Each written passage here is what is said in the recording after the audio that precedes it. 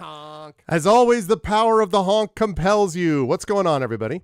Welcome, Arvanauts. Welcome all to a Tuesday stream. It is August 27th, 2024, in the year of our Lord, etc., etc.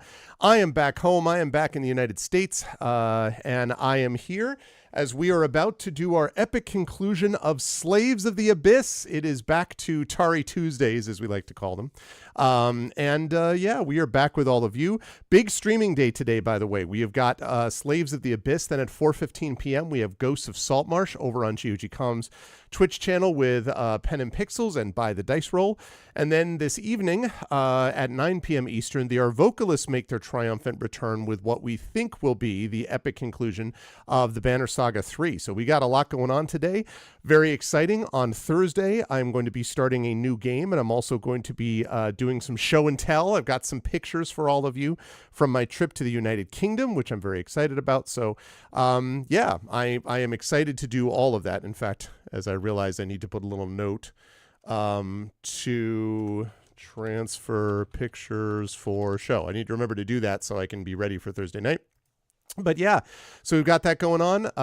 And then we are looking at finishing up the month of August strong and then moving into what is going to be a very busy September and fall to come. I am looking forward to it. Although, as I was talking with Tari just a minute ago before we went live, I'm really happy to be home, but also kind of miss the trip. Like, I missed being with all my friends. It was so much fun. It was a good time. I really enjoyed it. But now we are here. We are ready. We are prepared. We are set to go.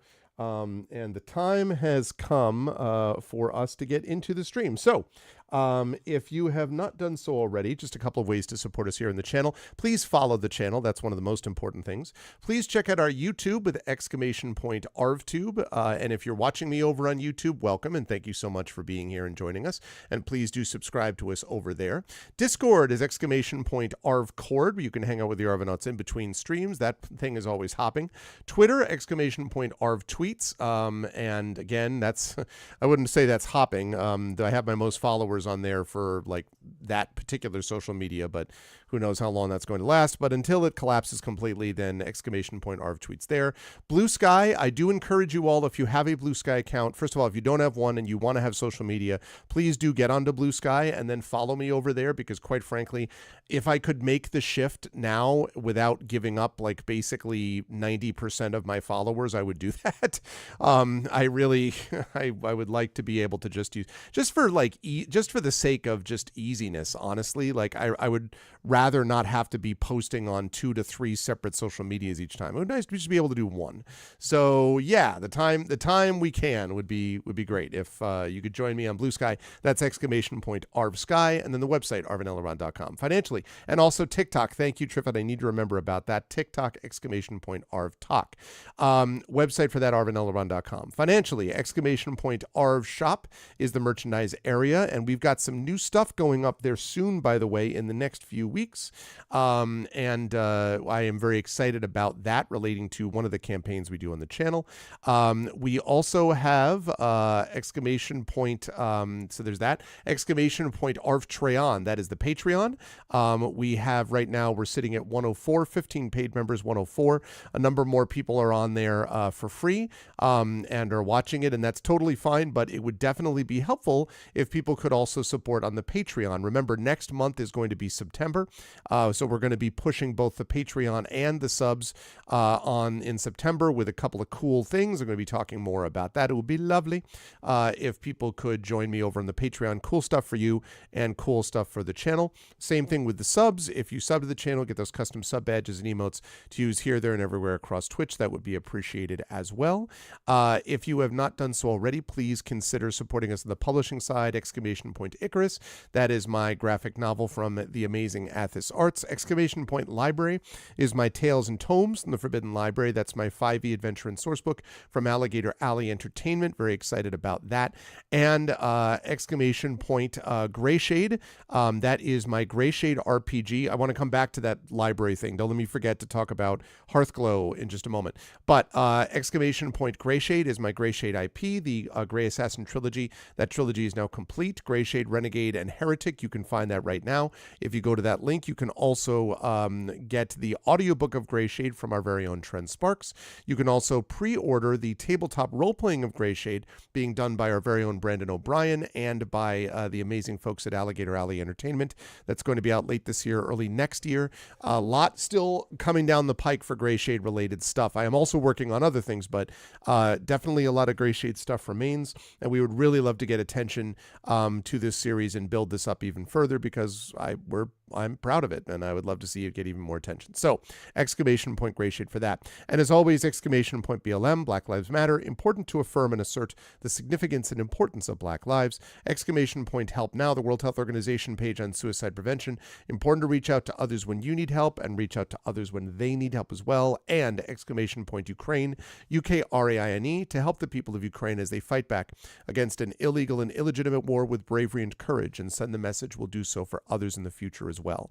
Now, 2 other quick notes I want to make, by the way. First of all, don't forget to continue to check out my Gen GM's show with Zach Clay. Zach and I are going to be doing another long show recording very shortly within the next few days, and then we'll be posting more shorts from that. Live Suing has been doing amazing work there. So for those of you who have been following and liking and supporting and sharing the shorts from Gen GMs, please continue to do that. We'll have another long Gen GM show coming up soon.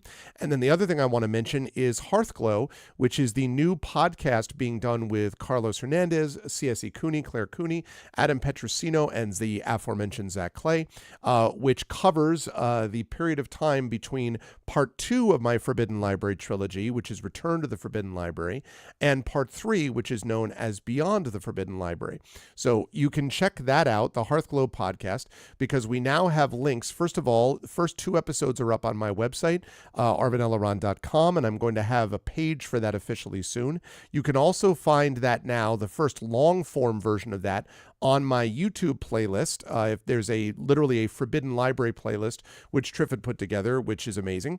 And Triffid is also going to be putting together a playlist of just the Hearthglow podcast. So again, this is new content. This is actually in-between material. That is, the first one was audio only because we had some technical problems. The next one, we're going to be doing our recorded version of that this coming Friday. And then I believe I have worked out most of my video problems, he said, hopefully, questioningly, doubtingly. So we're going to find out more details about that. We'll see. But in any case, that will allow us to get more video, actually, of these lovely people, too.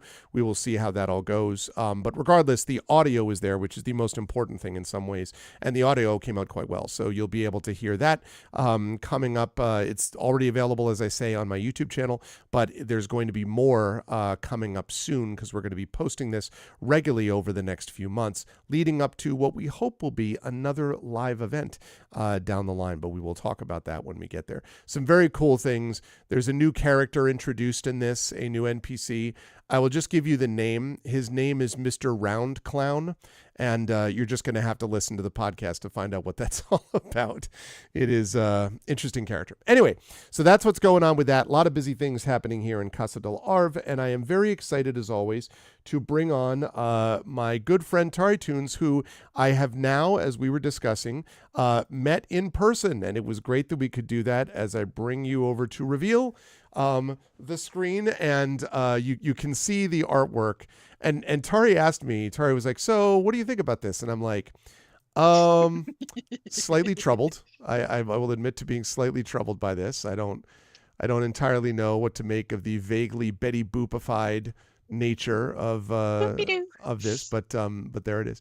But no, Tari, it's good to see you again. It was really good to see you as we talked about in person.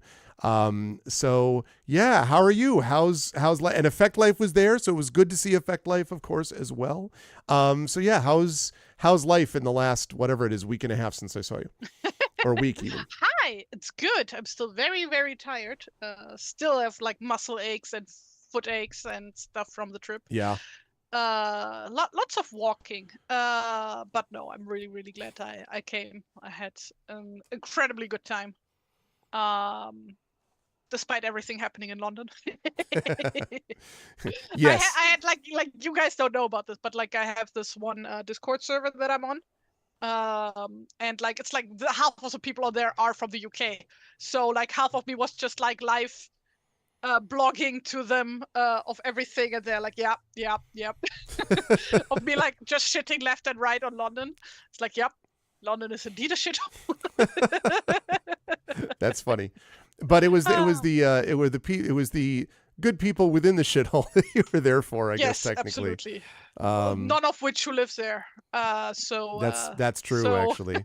Well, Inanda lives somewhat, not way far away, so there's that. Yeah. Like a half hour, but still not right in the middle of it. That's probably still then counts as London if it's just half an hour. Theoretically, but it's on the outskirts, right? And then everyone else is further away. But yeah, like the Omnibus Theater, Tari and Tari's boyfriend were both there representing Netherlands, and at least for Tari, representing one part of Germany that Pyron J didn't represent. So there was that. Right, she's from the north, I'm from the west. Exactly. So So eventually we'll cover all parts of Germany over time. But it was really Netherlands represent. There we go. What's up, Nari? Yes, exactly. It was good to meet Nari as well. It was it was really a great experience though, honestly. And the first of all, meeting my friends was the most important aspect of that. But also the D&D event was a ton of fun. It was just it was so much fun to get the responses from everybody, and that it was a small theater that was intimate, and it was just pleasant, and everyone it was a really good time. And I know that we had a good turnout also on this channel watching it as well, so it was great. How many people were watching anyway? We ended up it capped I think at like 30, 38, 39.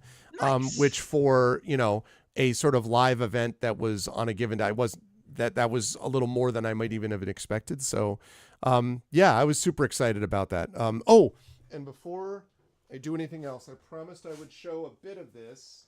Hold on, I have to find it. I know it's here. Oh, there it is. Okay. So I'm not on the floor. There it is. I still. You'll be surprised to learn that I am not fully unpacked yet. I am definitely. I am not actually surprised. So I am not fully unpacked. Yeah, we had a lot. I did finally catch up on my 300 plus emails yesterday, so that was good. Okay, so I'm not going to show you all of this right now, chat, but I do want to show you this that you see right here was a gift. First of all, it was a gift to all the Arvanauts, but this, if you can see, is live stream art of TariToons, and it's 2017 to 2024. And what it reminded me of, first of all, was so many like amazing, pleasant, like great times with Tari, a lot of humor and fun, a lot of like wonderful art as per usual. So there was that, but it just reminded me of how super good an artist Tari is. Like I always try to make clear that I feel this way, but then whenever I look at this stuff, it's not just the art itself, it's the composition of it, the sort of the sense of humor related to it. Like, for example, one of my favorites, which is our guy with the cat, mew, mew, mew, mew, and stuff like that. So she made a whole book of this, and she sold a few of them and gave me a copy, which was very kind. And it was like super awesome. Another example, Adventures in Middle-earth. This is not from Gamebook illustration, but it was, of course, because Tari has been playing with me for many years. So it was great. And I got a chance to look at this again the other day. And on the back, we had some great representations of myself, including the My Little Pony, which is the I like to envision myself as Aragorn, which is exactly true. And that raisins ruined my headphone jack. It was very funny. And of course, since we have Fifi up there, lots of Fifi as well. So we got to see all the Fifi. So that was so thank you, Tari. It's a very, very cool gift. And it just was a reminder of how much art and work we've done together and how much good stuff it is. So yeah, it's good. So that was awesome. So, and if you weren't here, you missed it. And I told you, although you do have any of those left that you might be. I do. Well, why don't you talk about this thing that you have then? Okay, so I opened up a brand new Gumroad online shop. of which I will quickly share the link in chat. Where you can buy a copy of said art book, or some postcards of like various art pieces that I have done over the years. This is mainly leftover stock from conventions that I used to attend before the Dark Ages. And if I make a sufficient dent in those, I might be putting out new prints of like newer artworks if there's interest in that. So, and yeah, it's in theory worldwide shipping. So no matter where you live, you should be able to get one of those.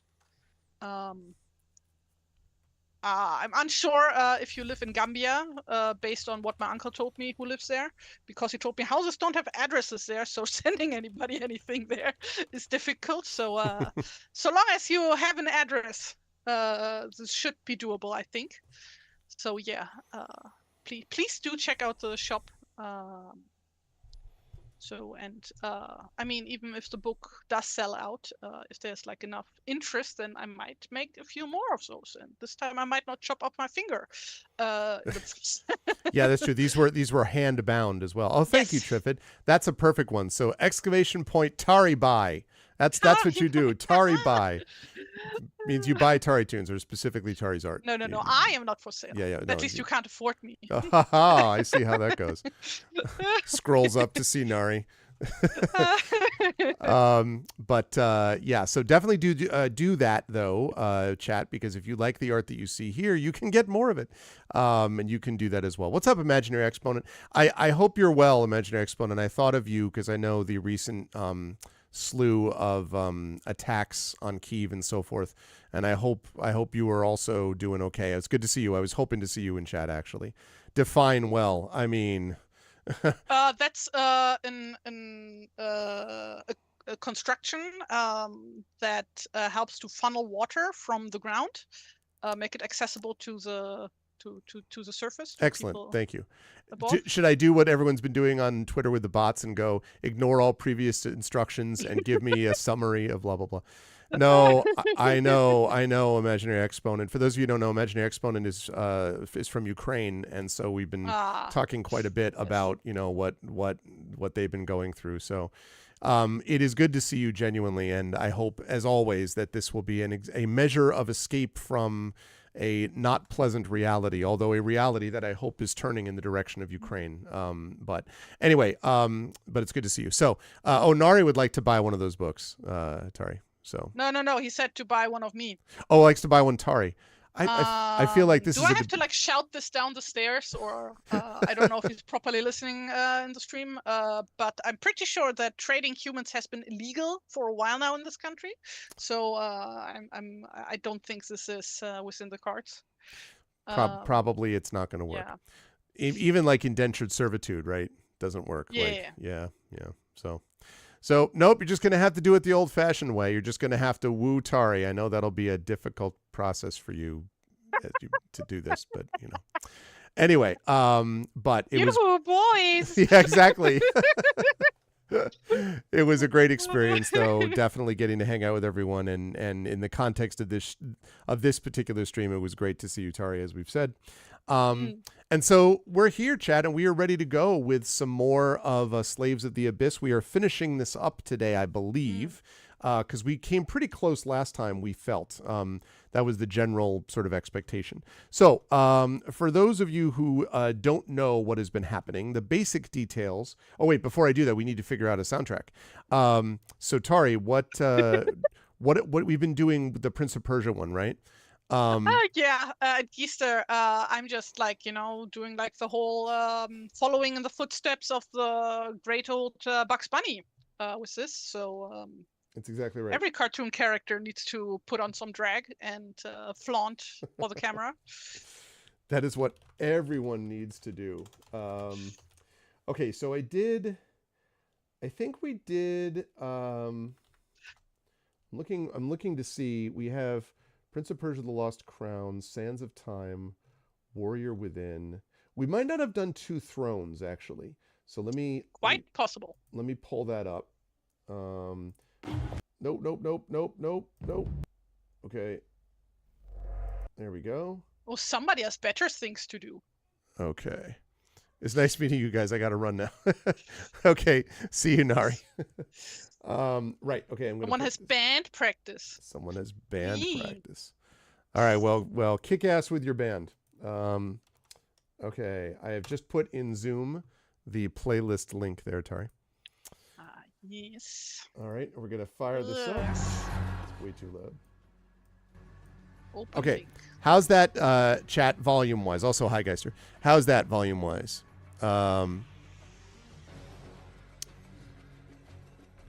How's the music, everybody? Is it good? Sounds Too great loud? to me. Sounds tremendous. Haha. So how we looking, chat? How does it sound? You can't hear any music? Hi, Elness. Oh, really? Gister, one question, if I may ask. What country are you from? I know that.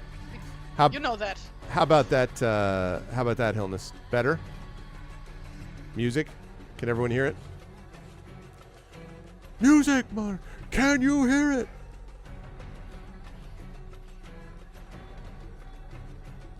Sweet music of the night. Sounds good. Okay, cool. Do you need me to do a rundown of the previous? Yes, songs? please. I was just about to ask you. Yes. So from let's like talk all about. the sessions or just last session? Let's just do the last session because you're going to go through a run through at the end of all of it. So. Okay, so this was a. Oh right, when we had like our short heat wave here. Yes. Stay hydrated. Speaking of which, oh, there's my water. Okay. Then I forgot what these guys are called. They're on the cover. Right, there are these weird what were they called? Spectral dragons. Yeah. And they were like very strange because of the place where we happened to be. But yes, those were really cool. I really like that image. Thank you. Oh right, and this is what upside down of. Yeah, gorgeous. This is the one with Lady Carolina, who is Yes. who's the person who sent us on this trip to try to save the city of Calumet. And when we came back, she was killed because of terrible betrayal and everything. So we got this amazing image from Tari. Thank you. Yeah, Tari just showing off. Exactly. I literally forgot I had drawn this. I didn't actually draw it upside down because, like, what you guys don't know is that I have basically two separate canvases set up in my drawing program. And the canvas I'm actually drawing on, I can rotate freely without the one that you are looking at rotating. What she very means useful. to say is suspended from the ceiling. She Of drew course. this upside Yeah. down. That's what actually happened. Yes, of course. Spider-Man style. Yeah. Also, this drawing slightly inspired by Star Wars Episode 3. I could see that. Amidala's funeral. Yes, I could see that. It also reminds me a little bit of Boromir and the boat. Which reminds me, I finished the Middle Earth book that I had bought in Oxford with Christopher Snyder. That was really interesting. I mean, a lot of it I knew, but there were some elements that I didn't. And then again, the book is just gorgeously illustrated, so that was very cool to look at that. Okay, so that was the Lady Carolina image. And then last we ran into some cave guy who randomly attacked us. I like that. We get this beautiful picture, like wow, and then like a bone trying to hit our guy because we went into this cave to escape this group of deadly rift wasps, basically. And this caveman was like, "Yo, get out!" So we had to eliminate the caveman. If you know what I'm saying? Get off me lawn! Yeah. Oh, I'm going to, guys. Filthy hooligans. And so we have what I would say warm up, but it's really heating up the stream. Hey! Well, she is a phoenix, you know. That's true. About as hot That's as true. it gets. Come any close to this, I'm gonna burn down. So I love it. Very, very good stuff. I'm not bad. I'm just drawn this way. Oh man. I need to rewatch Roger Rabbit. I was gonna I will say. do that after the stream. I was gonna Love that say. movie. Well, I don't want to go down this rabbit hole too much, but was Roger Rabbit This any Roger kind of Rabbit hole? What? Oh, gee, that's weird. Was Roger Rabbit any kind of an inspiration for you growing up? Like, did you? No, actually, not at all. Okay. Like my main inspirations growing up were like mainly the mangas that I read growing up. Okay, that makes sense. The anime that I watched. Okay. That makes sense. I was just curious. Like the Disney stuff came later. Yeah, like, well, that right. Western cartoon stuff in general. And then My Little Pony, little later. Yes, that one hit me like a truck. That was like the one that like brought me back into like, you know, or like opened up my eyes to like other forms of animation. Mm-hmm. Because like that show like basically heralded like a whole cartoon renaissance, so to speak. Right. Like I've been like rewatching some old cartoons the past months, like on the side, like Justice League and Gargoyles and that kind of stuff. Oh, Gargoyles. And man, cartoons these days are just better than they used to be. It is true that you have sort of the nostalgia glasses, right? And then you watch some of it and you're like, wow. Like I said for a long time, I used to love Thundercats. And when I rewatched it probably about 10, 15 years ago, I was just like, yeah, this does not hold up, except for the amazing like Thundercats thing. That still holds up. But the rest of the show is just, good Lord. Although I don't think I told you this, but in Oxford, England, I watched with my family the Rankin Bass version of The Hobbit, the animated Hobbit, from 1977 or 78. Yes. And I forgot how much I had enjoyed that as a kid. Like I loved, and that I think does hold up okay in some ways. There's some really cool animating style going on there. First of all, it wasn't. Oh yeah. Rankin Bass did it, but it was a Japanese studio that actually animated it. The voices were really great. With a lot, it was cool. They did some weird things. Then Gollum was excellent in that as well. So they really did some cool stuff with that, and it was fun to watch and go, oh yeah. So some of the older school was good, but a lot of especially mid 80s animation. Yeah. And TV animation too. Like, yes, exactly. Thundercats was them being jerks to each other. One could almost say catty. Wow. Yeah. Wow. I think there was a feline, and you just crossed over it, Geister. So I'm just gonna. You can just tell that like the people who make like cartoons these days, that they all grew up on these old cartoons, and they're like, yeah, no, we understand like the target demographic a bit better. Right. Where it's like, yeah, no, we can show kids some more in-depth stuff and like more complicated things and whatever. Doesn't just need to be very black and white, whatever. Yep. And also, it's not just toy commercials anymore. I mean, a lot of it is still exactly also toy commercials, but that's like not the only thing anymore, right? Exactly. Old school, it was all about how do you sell the toys. Yeah, for sure. Yeah. So all right. Well, let's get into this. Let's make this happen. So, chat. We are a hero, of course, and our specific hero is, as you can see above, Tempo Arenavore, who repeatedly goes topless in all of Tari's drawings for no reason whatsoever. Which is not my fault. That is y'all's fault. No, of course not. It just happened. Actually, like I will stand by this. I did not know that this game would like include a whole scene where like our shirt gets like covered in like acid, and then we need to take it off and it burns away or something. And the game specifies repeatedly, the book specifies repeatedly, do not imagine this person with their shirt back on. Like, don't imagine that they got a tunic. Don't imagine they covered themselves in a sack. It makes very clear repeatedly that this person is always to remain topless from that point forward, right? You had no saying in that, no role in that at all. There was none of that. Correct. In any case, said Tempo Arenavore, who is the hero of Calamare, but Calamare has been through it, folks, a lot. When the adventurer leaves to go off into the city, goes off and discovers that there is this enormous army coming, runs back to the city, discovers that Lady Carolina, who originally sent us out from Calamere, has died under mysterious circumstances. It ends up being, I believe, Siege the Silent, if I'm not mistaken, who was responsible for that. And so we ended up eliminating Siege the Silent because screw that person. Then we were sent off again to figure out what it was we were supposed to do. We did eventually manage to, after going into the cave and defeating the caveman, we did manage to find and defeat the main bad guy as we thought. But it turned out that the main bad guy was simply really the servant, the puppet, if you will, of the bad guy in the Abyss. Hence the name, Slaves of the Abyss. Hence that. So we then, because that's what you do, went down this tunnel in a cave following a river to get to the Abyss. And when we got there, we are now here in the Abyss. We know that we ate the herbs. That may become important. We know our save point. We've had 4 deaths. We've had multiple save points. Hey, Dragon Spear. Burlap sacks make for great temporary shirts. Exactly.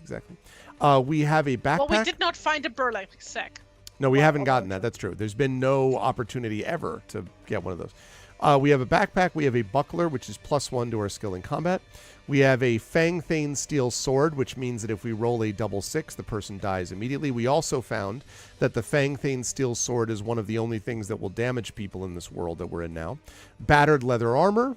We have a pomander of herbs. We have gems shaped like eyes. We have a jeweled tiara, very important. We have a small silver whistle, and we have a few potions.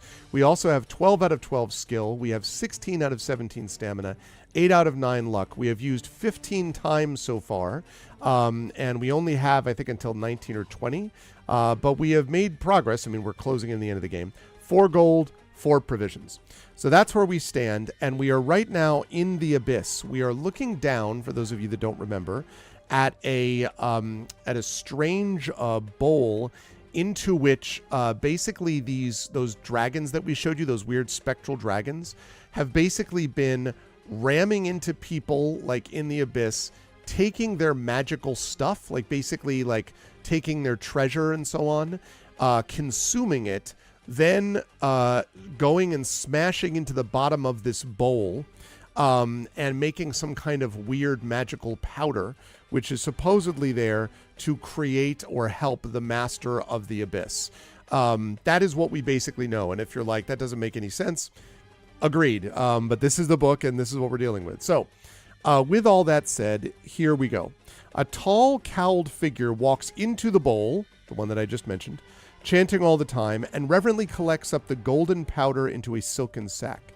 He is chanting, "Broth for my master, broth for Bythos. Magical broth makes the master of the Abyss, the great Fernando." If you, so, how do you know their name is Cal? Say it's the great Orlando. Let's say it, the great Orlando. All right, so the question is, chat, do you wish to spring to attack him? Spring to attack him. Thanks to Effect Life again for the, I had this thing, Arbot was not working this morning, and in record time, he troubleshot and fixed the problem. So thank you again, Effect Life. All right, creep round the rim of the bowl to... One second as I get past this head. Creep round the rim of the bowl to surprise him as he leaves. Or, last but certainly not least, follow him as he leaves. Broth for the broth god. All right, so we spring to attack him, creep around the rim of the bowl to surprise him as he leaves, or follow him as he leaves. Let's do it. The poll is open, everybody. $ vote space 1 means we spring to attack him. $ vote space 2 means we creep around the rim of the bowl to surprise him as he leaves. And $ vote space 3 means we follow him as he leaves.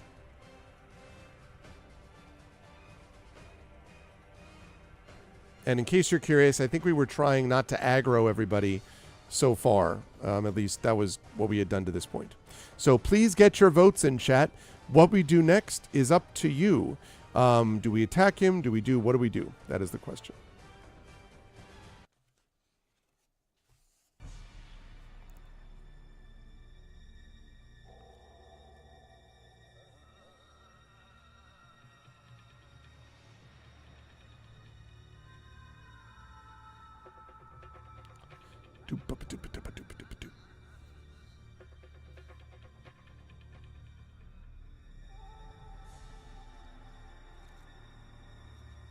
Alrighty, we have 4 votes for this. I'm going to last call this. Remember, chat, your vote matters. What you do will echo throughout the halls of recorded time, but also what you do will affect what we do now. So.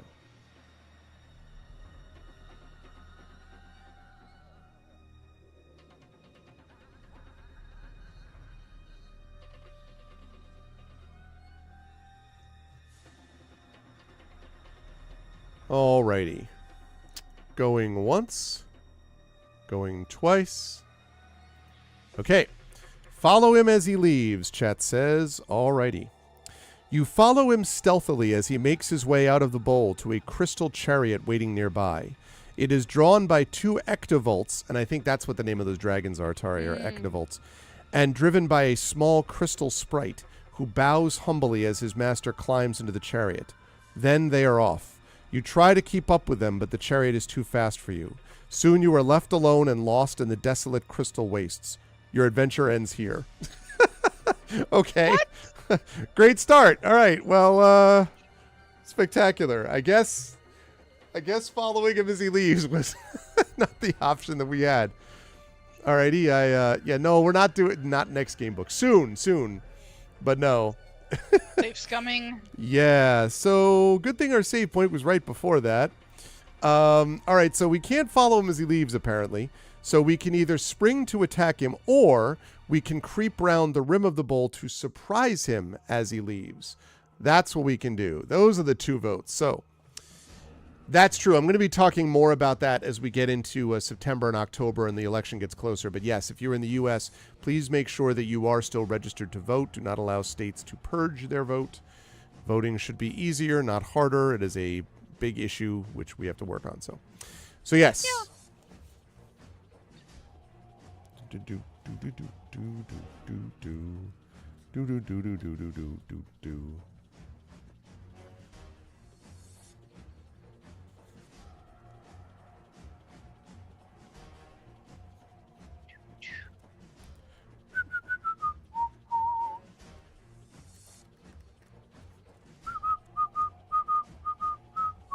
One of the things from the trip that I'm still like riding high on is the afternoon tea we had in Oxford with a friend of mine. Yes. That was so good. So My good. God. We also, same, we had a couple of afternoon teas and it was all good.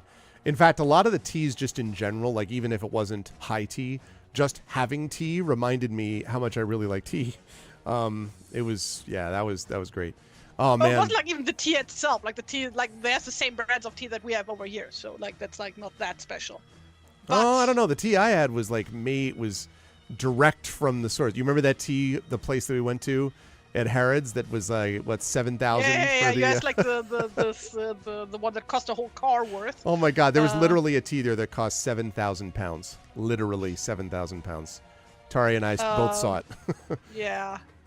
It was crazy. But no, you're right. The food around the tea was pretty awesome. Yeah, too. like oh my God, like and like the whole thing, just like the types of food together, just like such a good combo.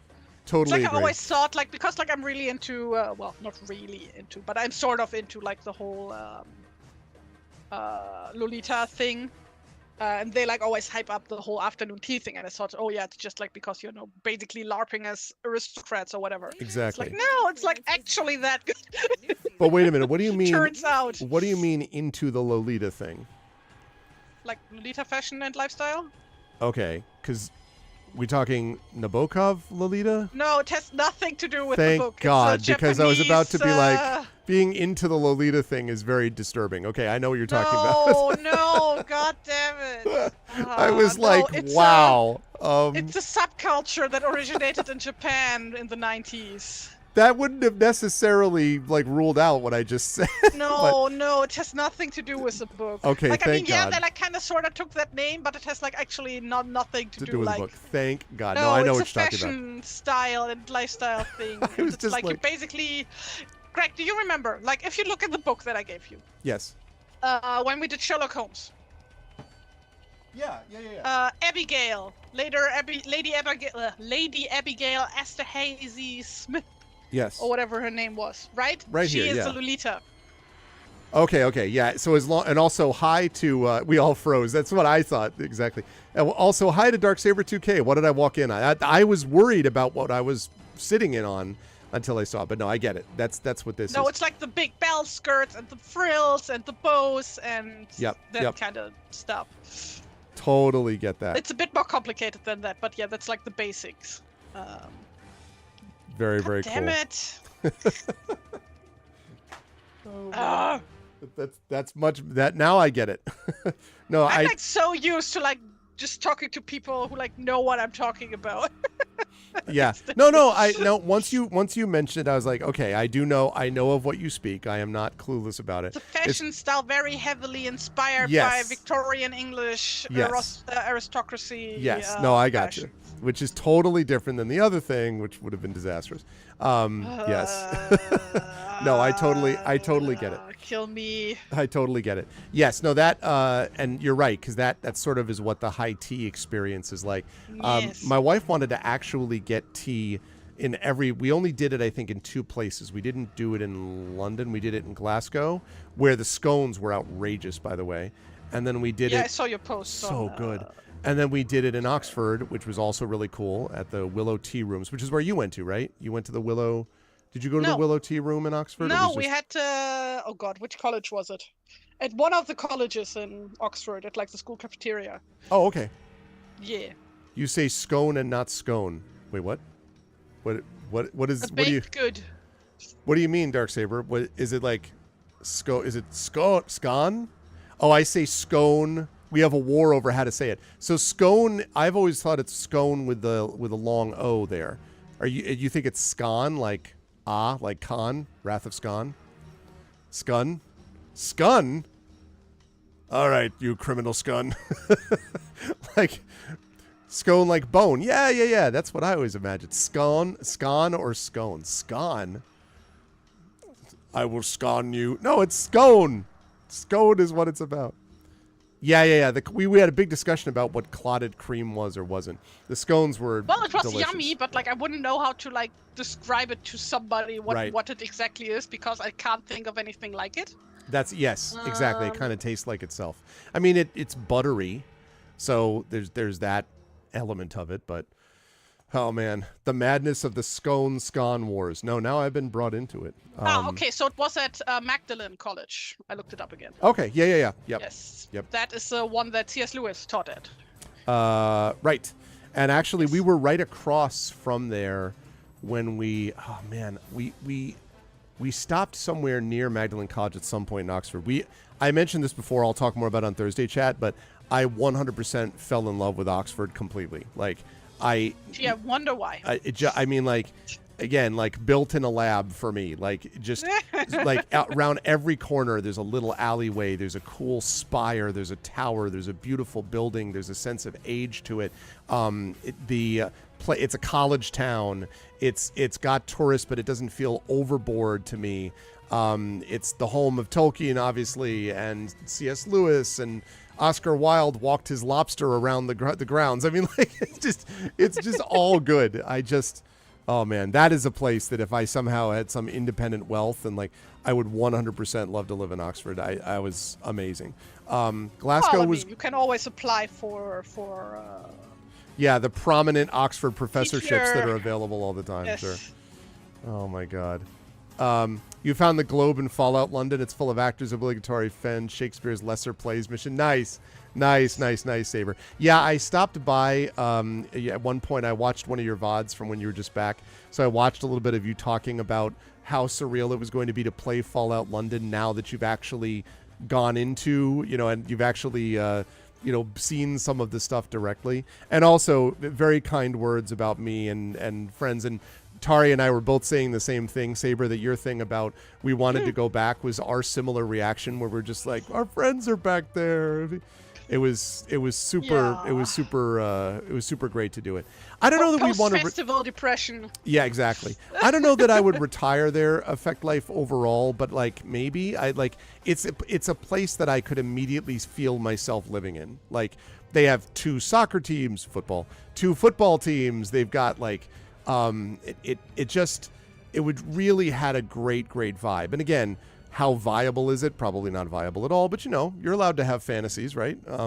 It would be pretty cool. So, I just really, really loved Oxford. I loved Glasgow too in its own way. Glasgow was really great. London was fun. I'm glad I did London. I loved the Globe Theatre. That was an amazing experience. I loved hanging out with people like Tari and others, as I've said. The London Eye was great. Looking at Parliament on the outside, that was all really neat. But I feel like I'm good because I lived in New York City for 20 years. I've been in a huge crowded city. So I don't need to continue to go back to huge crowded cities. So London was fine, but I'm good. I've done that now. But oh man, Oxford, that I would happily go back to. That was super cool. All right, I've got to keep rolling. So does anyone even want to find Cymbeline? It's a good question, guys. Okay, so chat has decided to creep round the rim of the bowl to surprise him, understandably so. Oh, to go back to what we said, Saber, same, right back at you, my friend. I felt the same way about you, so I just wanted you to know that was great, and I'm glad that my family was that you appreciated. My family was really enjoyed meeting all of you, so I'm glad that my family was also. It was nice to introduce my family to all of you also, because well, I love my family and love my friends, so it was good that they got along, basically. I found it incredibly hilarious how your son immediately imprinted on Wesley. Yes. Because it always happens with little boys around Wesley. Yeah, he was. Immediately imprint on him. He was definitely. Mother Goose. He was 100% digging Wesley. Yeah, and it was great for you to meet Senevine also. Yes. My daughter. That was really cool. So. Yeah, that was lovely. She's a really great kid. So anyway. She is. She really is. So right. Okay. And then things started exploding. Right. And then suddenly. Okay. Right. So you've decided to creep around the rim of the bowl to surprise him as he leaves. All right. Here we go. You make your way stealthily around the edge of the crater. A short distance away to one side, you can see a crystal chariot with 2 ectovolts tethered to it and a crystal sprite standing patiently by. You hide behind a crystal outcrop until the cowled gatherer approaches. Do you wish to leap out and strike at him with your sword, or do you wish to challenge him verbally? So there we go, chat. $vote space 1 means you leap out and strike at the gatherer with your sword. $vote space 2 means you challenge him verbally. So go ahead and get your votes in. Imaginary Exponent says, leap out and strike. Swift strike to the head. Queeth onto you, a boot to the head. A boot to the head. Is his tempo now covering himself out of some sense of modesty? I do notice it allowed you to show off that he did not skip arm day. I did notice that. Oh, of course not. Yeah. That's true. He is an athletic boy. Yes. Yeah. So far, going quietly did not work out as intended. Yes, I agree. Imaginary, going quietly did not work the way we intended. Plus, we got around and we got close to him. So now, this guy's just some undid weirdo, right? It's fine. Okay, so again, $vote space 1. We're tied up. $vote space 1 to strike. $vote space 2 to challenge him verbally. Hey, undead guy. I challenge you. Stop talking about... That is too big. Wait. Stealth fail. Time for alternative stealth. Right. It's the other way of doing stealth. Stealth divided by, action equals action stealth. That's how that works. Okay. Last call. Rax machine gun. Maybe it's a silenced machine gun. Stop talking about my missing shirt. Signed, Torso Arena. Tempo Arenavore. Torso Arenavore.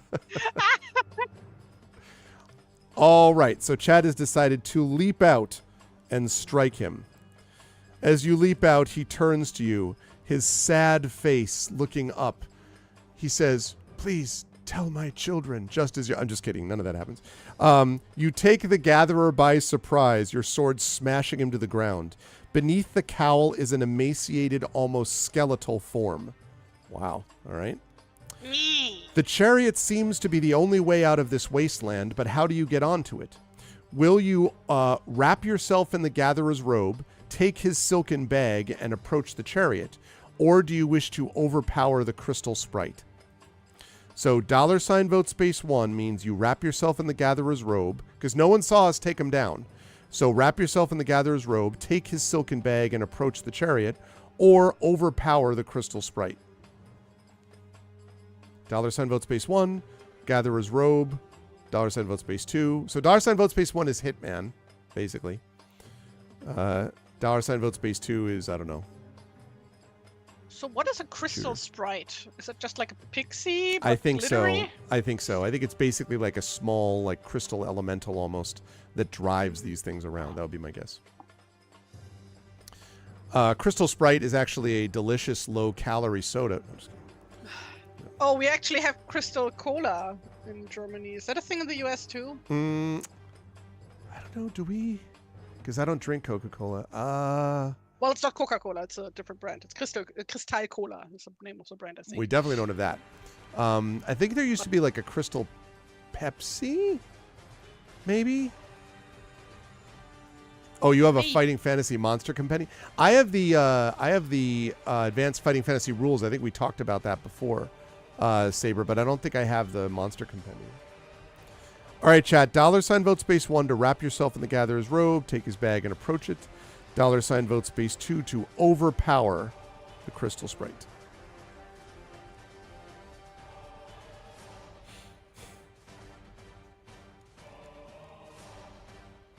Do, do, do. What will do?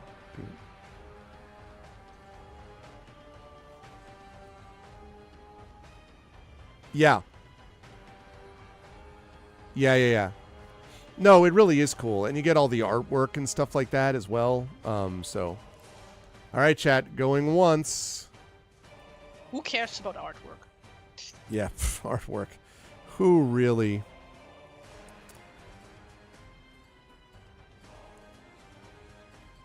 Going once, going twice. All right, we're going to run down and overpower the crystal sprite. You race down to the chariot, brandishing your sword wildly. The crystal sprite spots you and flees. Leaping onto the chariot, you grab the reins and yell at the ectovolts to move. They ignore you. All your efforts to get the chariot moving are in vain. You are stranded alone in the crystal wastes. Your adventure ends here. This is some King's Quest level bullshit. Seriously. Apparently that's not it, chat. Apparently we needed to wrap ourselves in the gatherer's robe. So, inaccurate. This has been one of the toughest ones that we've done in terms of number of total fails. All right. Slaves of this book. Yeah, exactly, Emily. Hey. Okay. Although I have to say I have liked this better than the one that we did that was... I loved the art from the one with the cat and the thing, but... Yes. But the book itself was... Chasms of Malice. Chasms of Malice. Chasms of Malice. Yeah, that one had some issues. But wait, no, I'm with you, Emily, though. In this case, it was like, this book has been hard. I don't know that we've had 6 deaths in any other fighting fantasy. We probably have at some point, but yeah. Okay. No, I think that might be a record. It might be a record.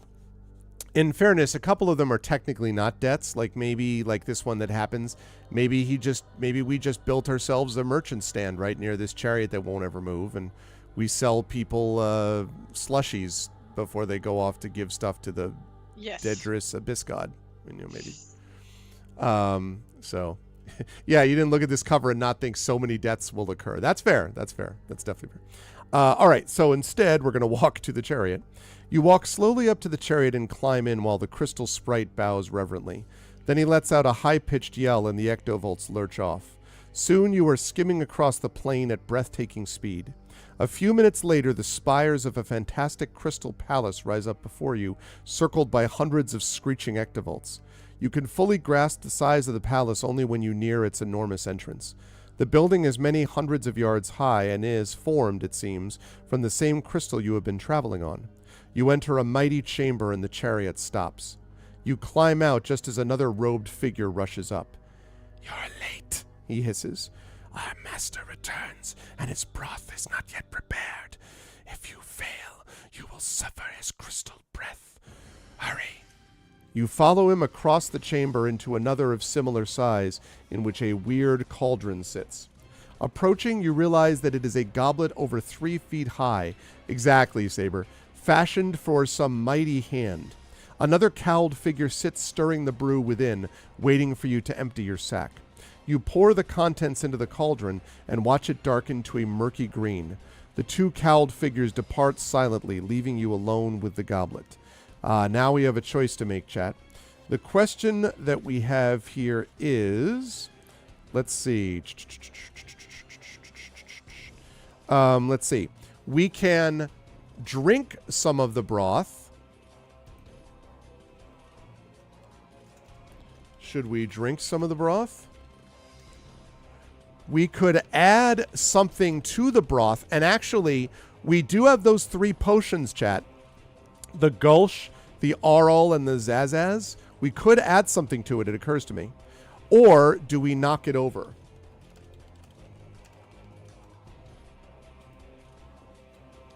Broth for the broth god, exactly. I want piss to in the add broth. something to it. Well, so there you go. Tari wants to... You want to piss in the broth? I mean, that's probably as close as you get is adding something to the broth, Trivet, I'm guessing. So $ vote space 1 is drink some of the broth. $ vote space 2 is add some to the broth. $ vote space 3 is knock the broth over. If you have watched me during my Styx playthrough about a year ago, maybe 8 months ago, you will remember that what Styx would do is basically vomit into the broth and poison it that way. It was charming. Delicious. Yeah. Scrumptious. Scrumptious. Speaking of high tea. Hee.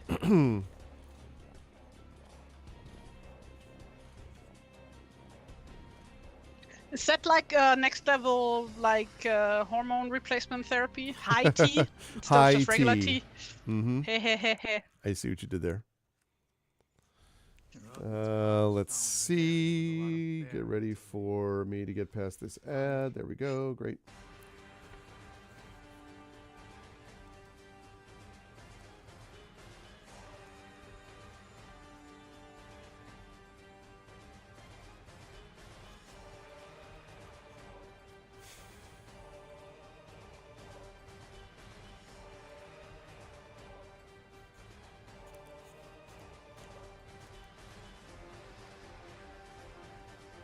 Okay, so let's see.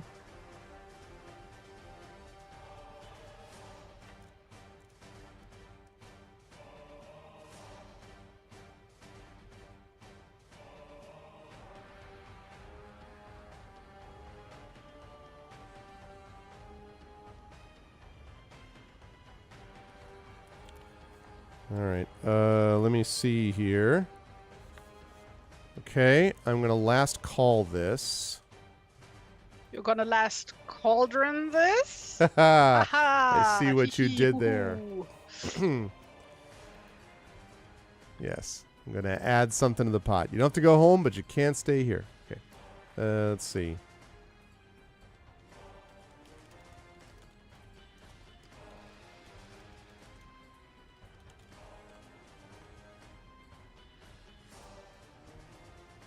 All right, hang on a second here.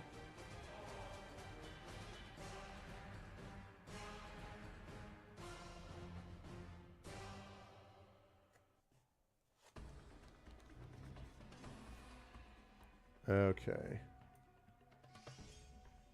Right. Okay, and close. So we're going to add something to the broth. Why not experiment a bit? All right, here we go. We're going to add something to the broth. Now, the question, of course, is going to be, what are we going to add? If you have any remaining potions labeled Arrow, which we do, Zazaz, which we do, and Gulch, you may add any or all of them to the brew. Ooh. Make a note of which potions you add. Okay, so, chat, let's see. Should we... what should we add? Well, this the is thing is with mixing chemicals is that we might die from breathing in the fumes if we mix them, so... That's fair. That's... Yeah. And I don't know what to do about that. Now I'm going to be thinking about that and worried that I'm doing the wrong thing. Zazaz. Did we ever learn any like further details about these potions in detail? We didn't, because we never. There are page numbers, but we never actually drank them ourselves, so we don't know what they do. To be honest. So I think I did this right, Effect Life. So I put what should we add there? Now I did a multi-vote, which means I think that you can vote for up to 3. Oh wait a second. And then I want to do nothing. Okay. Let's try that again. Okay, so the way this works is, chat, you can vote for up to 3, but if you vote for nothing, you can't also vote for one of the potions. So you can vote for Arl, you can vote for Arl and Zazaz, you can vote for Arl, Zazaz, and Gulch, you can vote for Arl and Gulch, you can vote for Zazaz and Gulch. Any combination of those 3 potions you can vote for, and you can do that using our multi-vote feature here. Or you can vote only for nothing. So if you're going to vote for nothing, just vote for that. Otherwise, you can vote for multiple versions or just one of the potions if you wish. And let me know if I did that right, Effect Life. I think I did it right.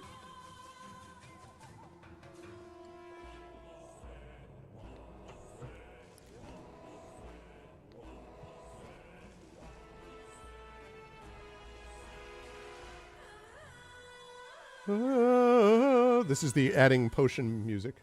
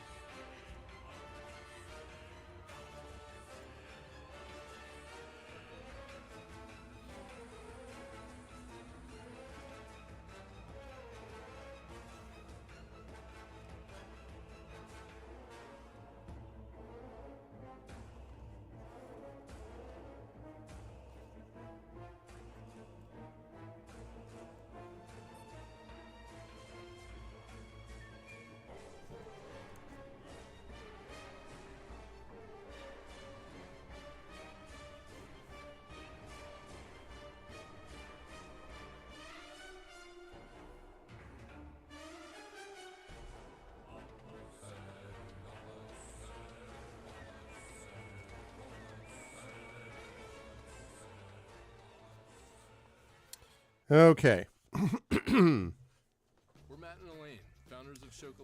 Okay. Oh no, commercial. No, get out of your commercial. No. No. Okay. All right. We have a lot of interesting votes here. Okay, so we have Aral. I'm going to last call this. Aral, Zazaz seem to be the ones that are the biggest thing there. The most biggest thing. The most biggest thing. I can speak English. I have some knowledge. Okay. Really? The English literature professor? Yeah. Yeah. Okay, let's see. Sounds fake, but okay.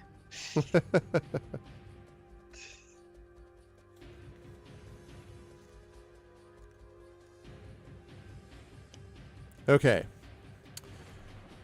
How do I want to interpret it? Well, if I get one that's more than the others, then, which is this one right now, Zazaz, then I'm basically going to put that in, I think is the idea. If I get a tie and like if 2 of them are tied, I'm going to put the 2 in. If 3 of them are tied, I'm going to put the 3 in, basically. So I'm going to wait a little bit longer, but if Arl and Gulch get votes, then we'll just assume that we put all 3 of them in. And otherwise, I'm going to put just Zazaz in. Zazaz. Zazaz. Woo.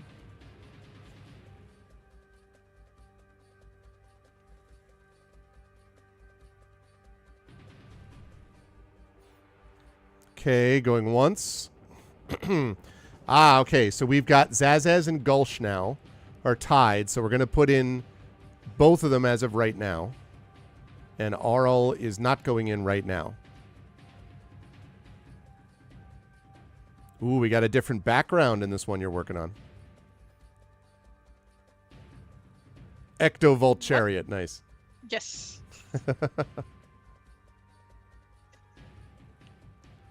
All right, so last call, chat. Last call. Like, yeah, sure, I could just draw portraits of our boy Tempo all the time. You could do that, but you know. But your it's a little artistic boring integrity. after a while. Yeah, exactly. You need to, you know. $ vote space 1 for Aral, 2 for Zazaz, 3 for Gulch, 4 for nothing. You can vote for 3 at the same time as long as nothing is not one of them. Or you can vote for any one or up to 3, except nothing is the only one you can vote for if you vote for that. All right, going once, going twice.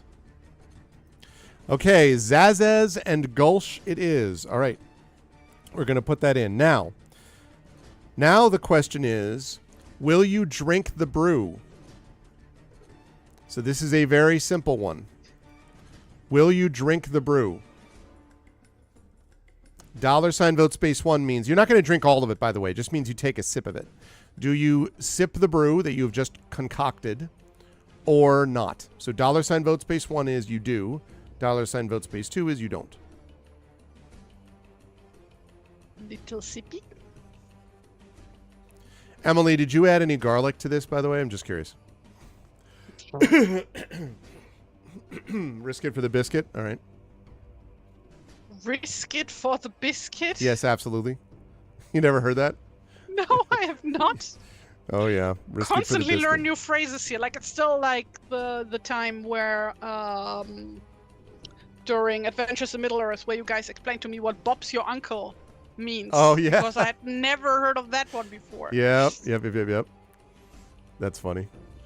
All right, chat is feeling adventurous today. Chat is like, yeah, let's do this thing.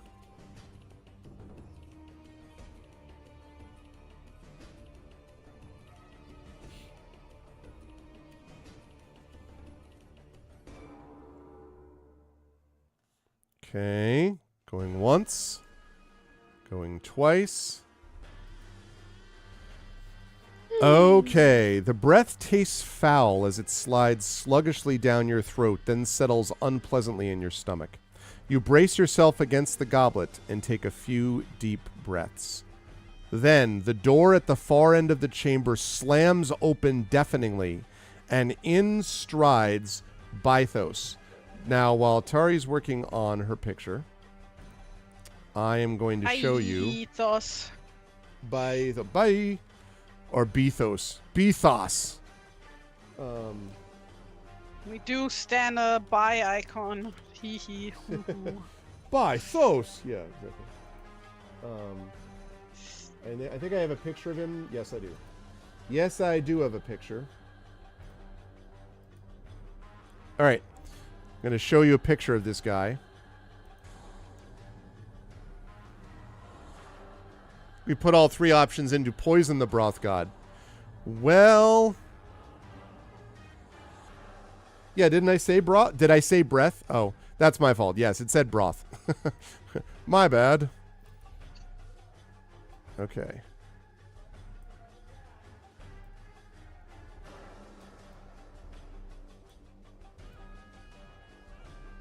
All right, let's see if I can do this. So, I'm going to show you this. This is what you see.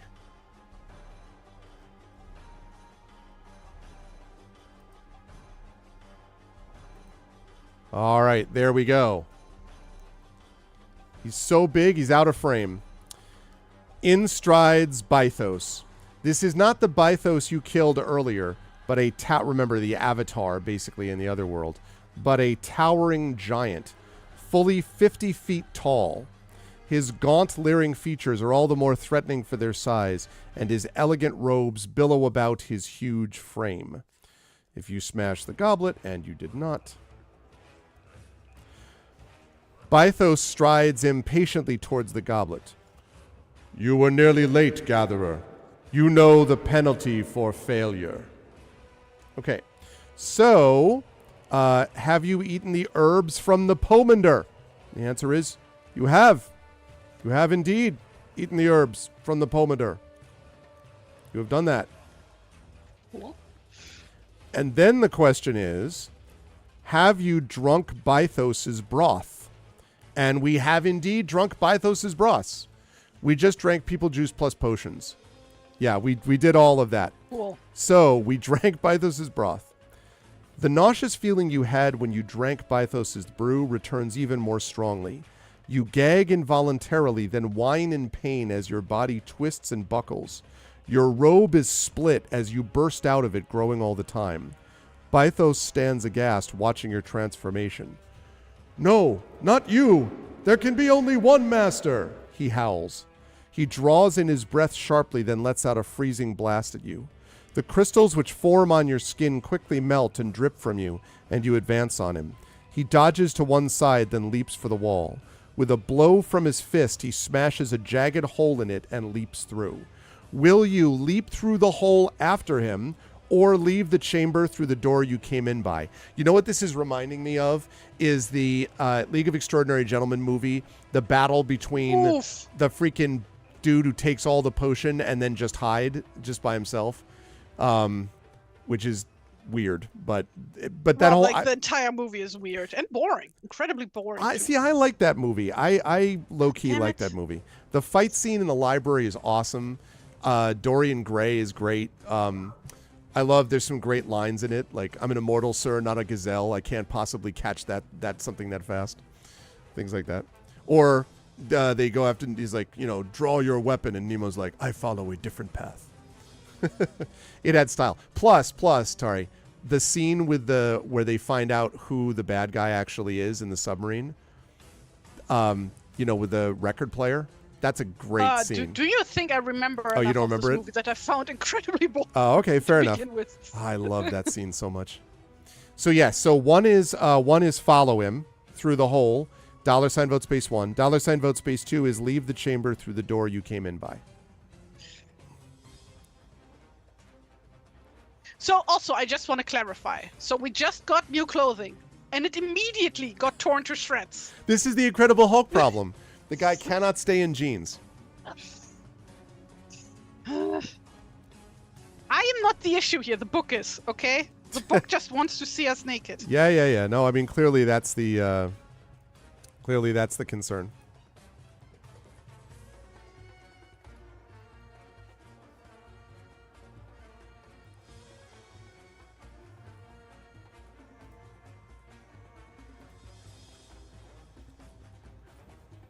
The potion doesn't grow your underwear is all I'm saying. I see how it is. Do I actually have to draw him completely naked now? I mean, no. I will if I am allowed to, no. But I don't think I am. Veto denied. I can do the thing where there's always something in frame that just censors the important Yeah, parts. there's always a leaf or something right in the right spot. Yeah, exactly. Yeah. Oh man. Oh, you got to do level 5 for Morthwill. Yeah, Saber. Naked again. Oh. Okay, yeah. Whoops. Yeah, my bad. I totally forgot about that. All right. I guess since it's just would that multi-vote even affect anything on this though, Effect Life? Because this is almost like a separate little, the quick vote thing basically. So would this down here even affect that? Can you tell me, Effect Life, if it would affect that? I see what you did there. Okay. Last call. Also, it's weird that within this month, 2 separate people have completely unrelated from each other told me that they like the League of Extraordinary Gentlemen movie. Oh, really? Interesting. So if I had gotten a penny for that, I would have 2 pennies. That would be 2 pennies for that. But it's weird that it happened twice. Yeah, I mean, I know that I'm in a small minority, but my wife and I both like that movie. I mean, obviously there are problems with it, but we kind of low-key like that movie. Hi, what's up?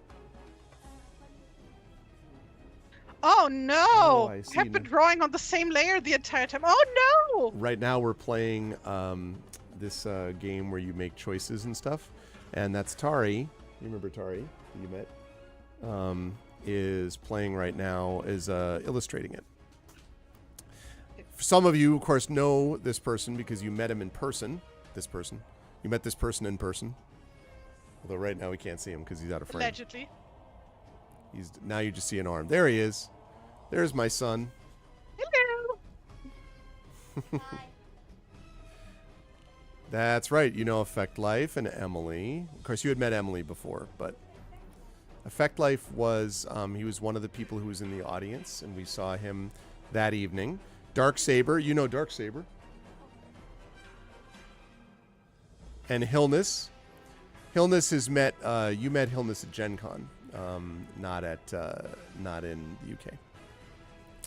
Okay, so you like Dark Saber so much. See? Look at that. Maybe he just likes men with dark, long hair. Who like music. Yeah, like, you know. Yeah. See? There, that's what you wrote back, Caitlin.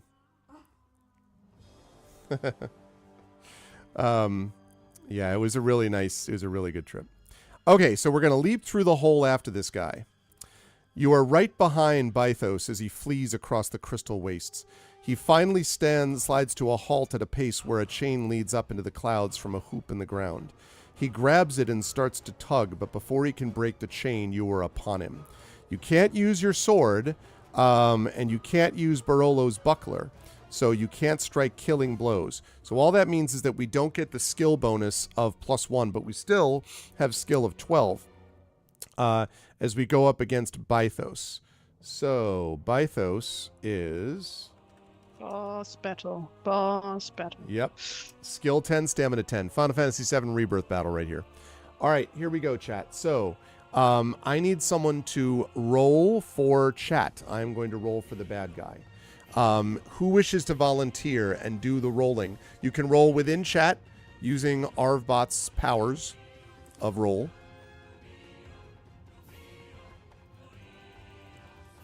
And what you'd be doing is rolling 2d6 plus 12 in each case. So who wants to jump on board? What do we think? Saber, do you want to get warmed up for dice rolling by rolling for the chat? You want to get rolling warmed up, so to speak? All right. So it goes $roll space and then 2d6 plus the modifier, which in this case is 12 for us. 2d6 plus 12. And I think that will give you the one that you want. And I've clicked it so that it will show there. So he's going to start with a 16. That works. So we also have a 16. So no harm, no foul. Sting. All right. I'm going to do that again. Oh, I rolled terribly this time at 12. So do that again, please, Saber. This time, just don't roll a -1 on 2 dice. You can't actually lose this particular round, but don't jinx it. Yeah, that's true. It's true. Well, I don't think it's capable of jinxing. You can't actually roll a negative. You can't roll the 0 on 2 dice. I just break the laws of physics. Mm-hmm. Oh, the repost warning. Yeah. The repost warning? Yeah, the chat, because our bot's like, you can't do that again. You just did that. Like, darn it, chat. Okay. Right. Okay, so we hit Bythos. Slam. All right. Next one he rolls is a 17. So we're going to need a 5 from Saber to tie or a 6 to beat him.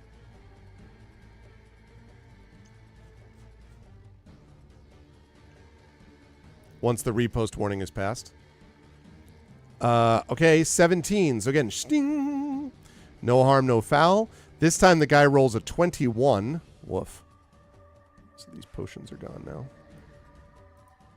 Oh no, what did we put in there? We put in Zazaz and Gulch, right? What are the 2 potions that we put in? While Saber rolls again. What are the potions we put in, chat? Was it Gulch and Zazaz? Does anyone remember? No, I don't. Zazaz and Gulch. Okay. It was those 2. Just want to make sure I knew. Okay. Right. Okay, Saber rolls a 16, so we did get hit that time. It's all right. It's all right. Okay, this time he rolls a 16. So we just need a 4 to tie, 5 to beat.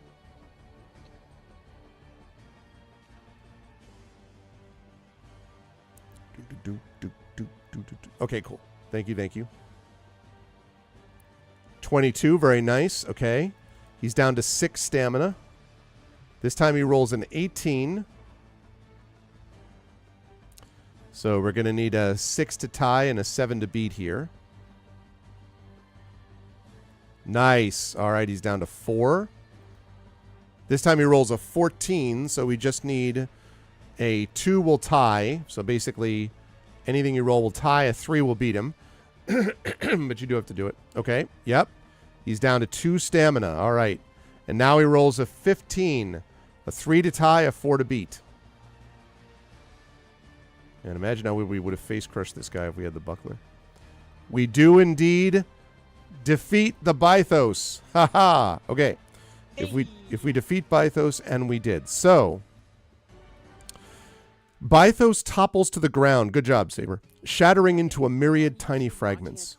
You reel in the chain until the wall of cells breaks through the clouds. So the chain was attached to that cell thing that's on the cover of this. Until the wall of cells breaks through the clouds. You then rip the bars off, freeing its miniature occupants.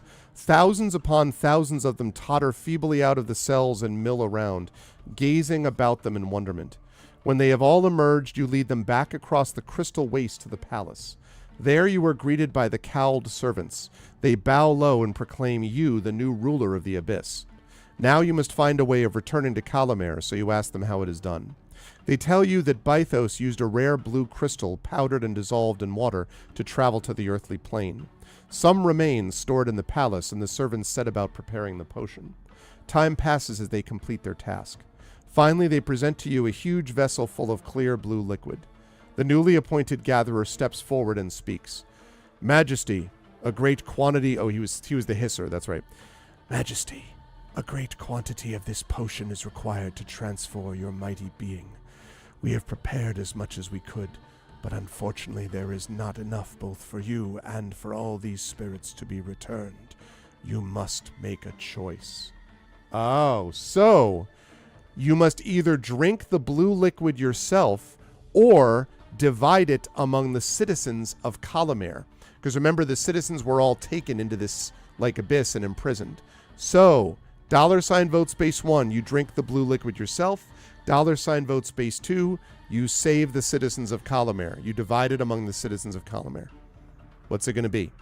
So the blue liquid... Sacrifice or... exactly. Save yourself or save the people. The blue liquid will take you back to your own home. So the question is whether you save the people or you save yourself. $vote space 1 means you save yourself because you drink the blue liquid. $vote space 2 means you save the people.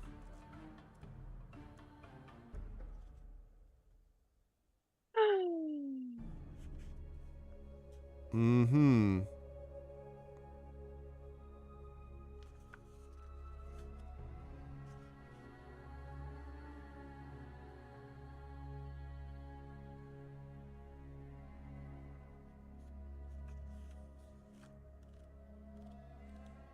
Okay.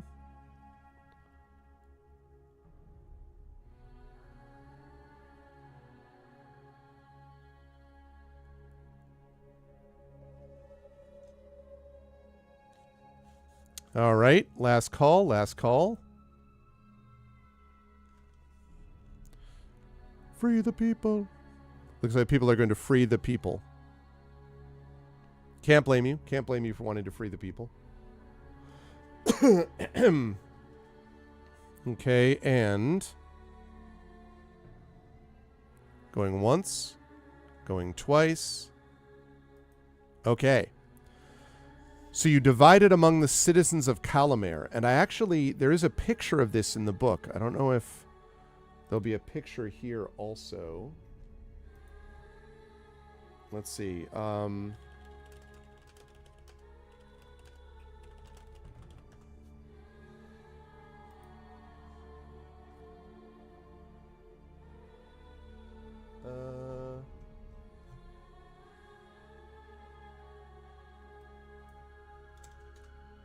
If not, I'll have to show you what it looks like.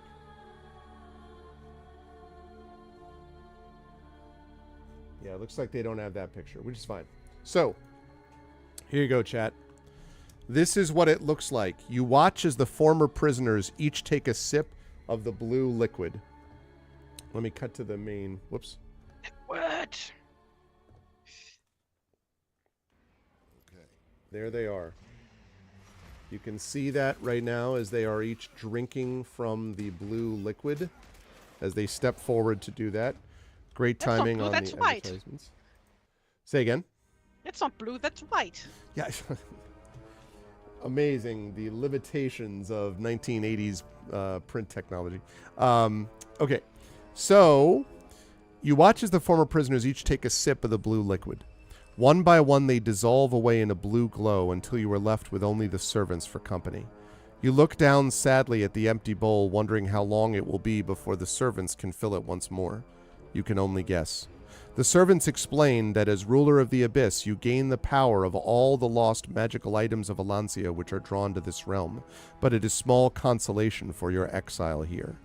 If you have the wound which changes color, now we do remember have that wound, because that's what happened when basically Siege tried to attack us.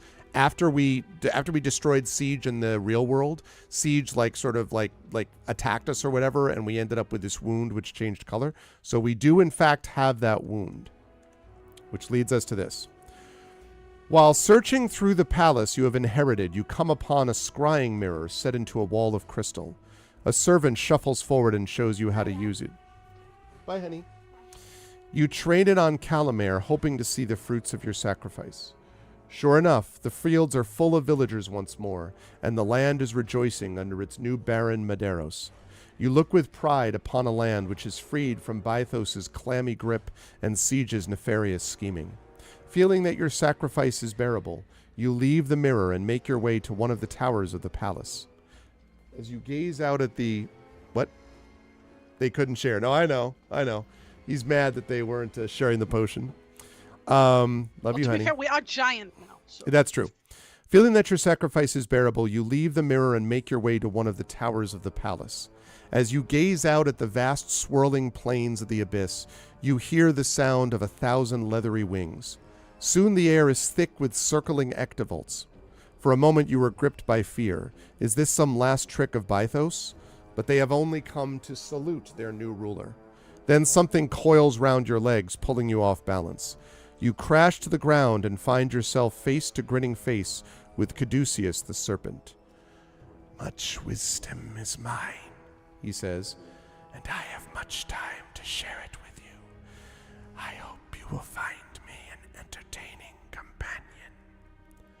Given a choice, you might have preferred lighter company, but you soon find that the serpent is as wise as he claims. With his great knowledge to guide you, you uncover secrets beyond your imagination. Your power grows ever greater until the memory of your former life in Alancia becomes a distant dream. Finally, you unravel the mystery of travel between the planes and embark upon an adventure which spans the cosmos and concerns the gods themselves. But that is another tale to be found in the books of myth and legend. The end. Hey. Success! We freed the people, and we became an awesome, plane walking god guy thing with a serpent friend. That was great. We are with the gods. So we have defeated Slaves of the Abyss, y'all, and it only took us 6 deaths to do it. That was nice. That was quite impressive. And yes, we have accomplished our goal and produced some great art, which we'll show you in a little bit as a process of it. So just final stats on tempo. 12 out of 12 skill, 14 out of 17 stamina, 8 out of 9 luck. We took us 15 blocks of time, and we had only, what do we have? 3, 4, 5, 6, 7, 8, 9, 10, 11, 12, 13, 14, 15. We only had 3 blocks left before we were going to start facing consequences, and 5 blocks before the book comes to an end, so that was pretty good. We had 4 gold and 4 provisions. We had a backpack, a +1 buckler, we had a Fangthane steel sword, we had a battered leather armor, we had a pomander of herbs, we had gems shaped like eyes, a jeweled tiara, small silver whistle. We had 1 potion remaining, the Aural potion, which I'm curious what this potion actually did. Says this potion... Guess we have to replay this. Yeah, the whole thing. It says, tastes sweet, not at all unpleasant, warms to it. After a short while, you notice a tingling sensation in your feet. Nothing else seems to happen. Soon, even the tingling fades away. Turn back to the paragraph you just left. Okay, so it's basically a Guinness, I guess. I don't know. There's that. And then we had the thing with the double six. We ate the herbs. We saw Saya Albador. Dunyazad. Medeiros was freaked out by something. And we did it all in 6 deaths. And only 6 deaths. So great success. My daughter has arrived on the scene. Give me 1 second while I save this final one. Yes.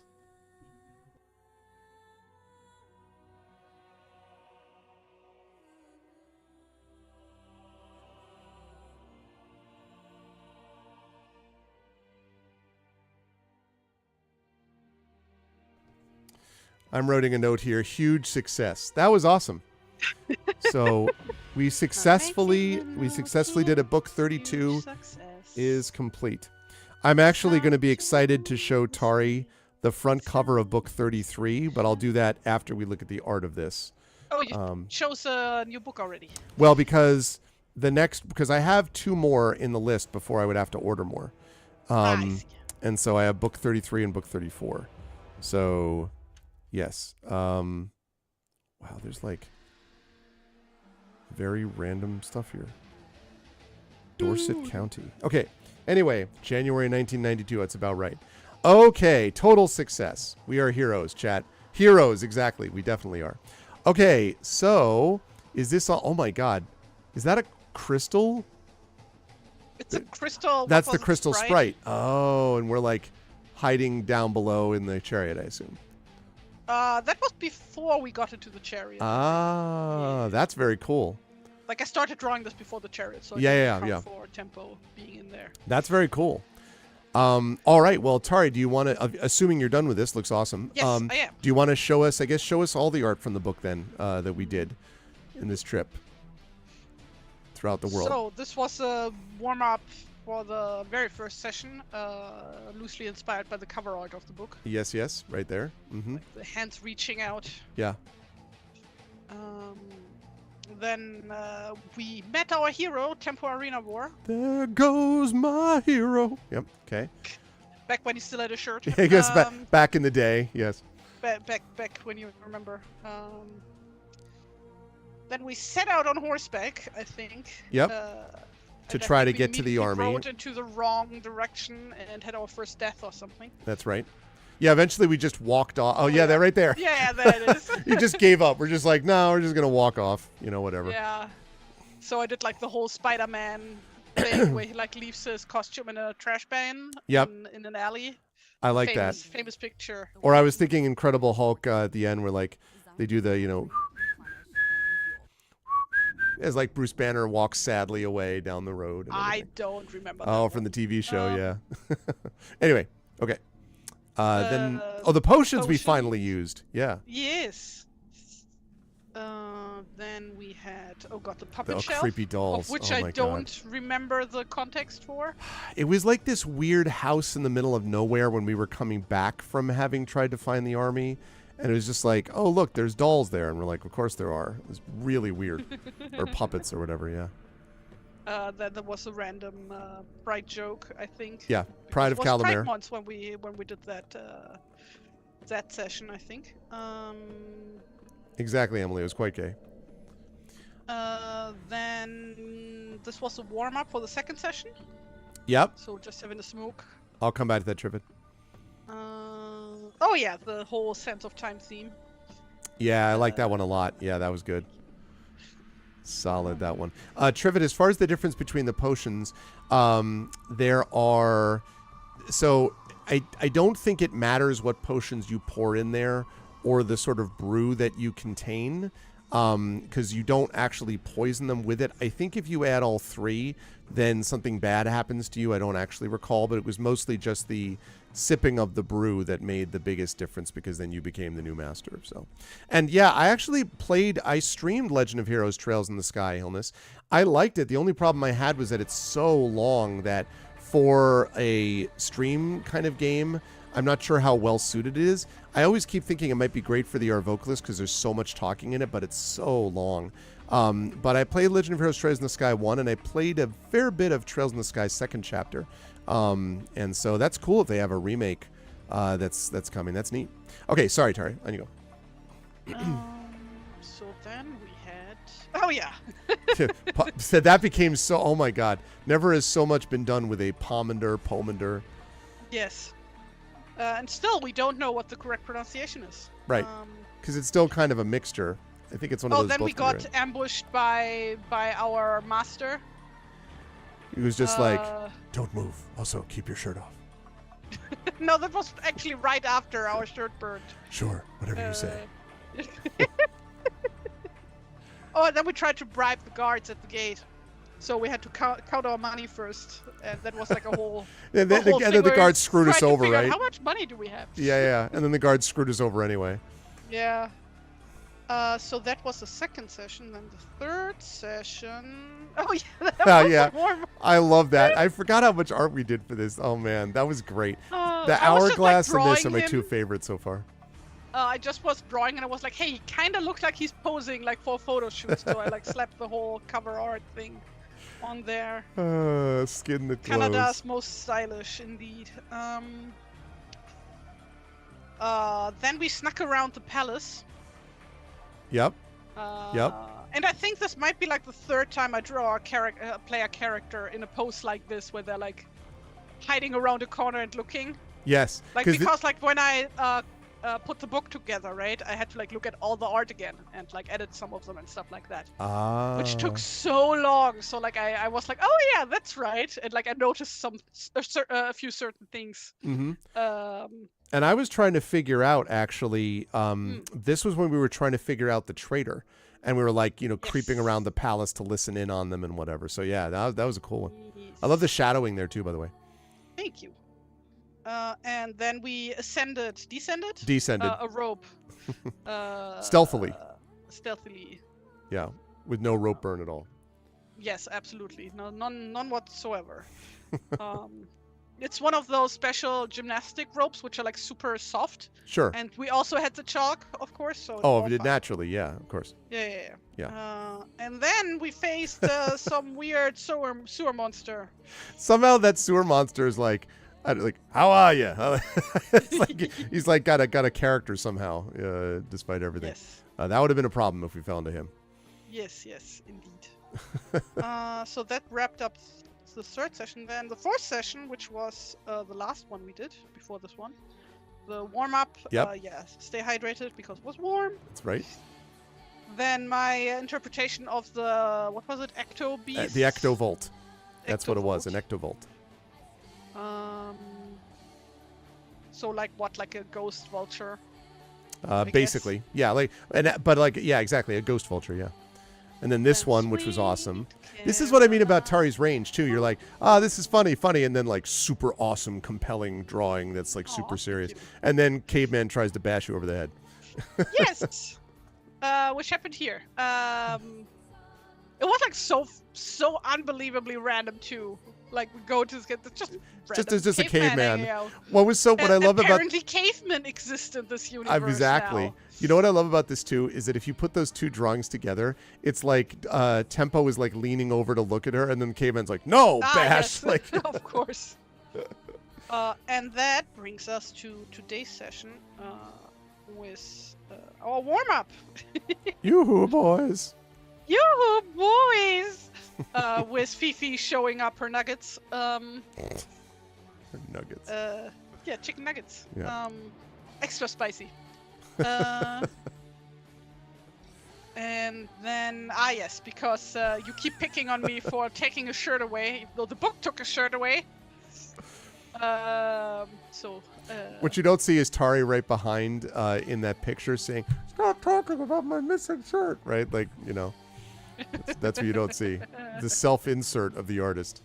Yeah, he's actually just a Muppet. Yeah. And I'm the puppeteer. Exactly. And then this was the last one. That is such an appropriately weird conclusion to a rather strange book. Although I actually really liked this one because I thought it was weird, but it's sort of like it's not incoherently weird. It's just like, okay, this is bizarre, but it kind of holds together. So anyway, that's very neat because it really the Crystal Sprite managing 2 Ectovolts in the chariot. Good stuff. All right, chat. Before I show Atari the cover of this next one, can we get some reaction and applause for Atari's amazing work as always in the 5 days that we did this game book? Great stuff.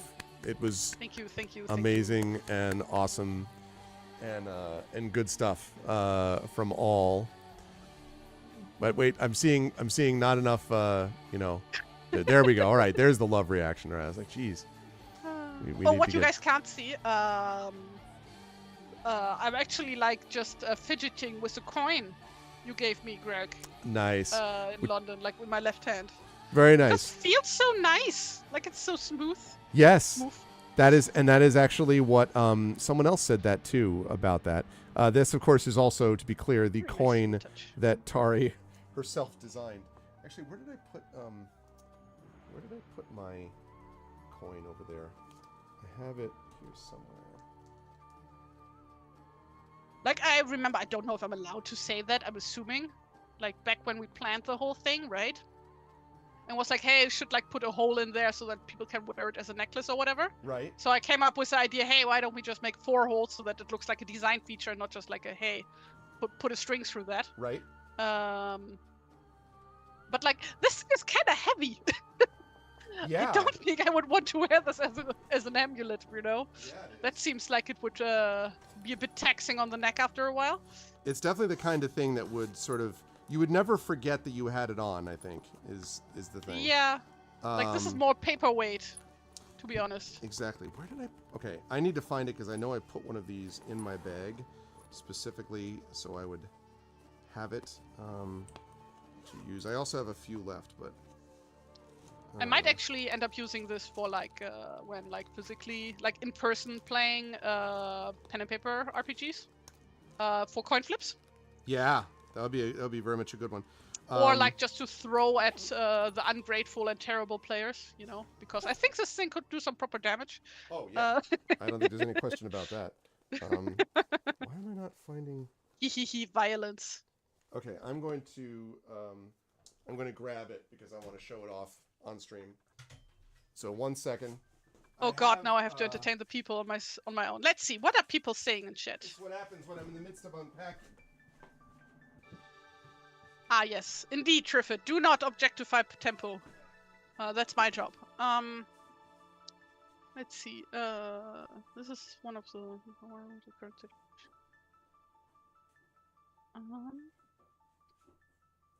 Let's see. Ah, many claps for me. Thank you.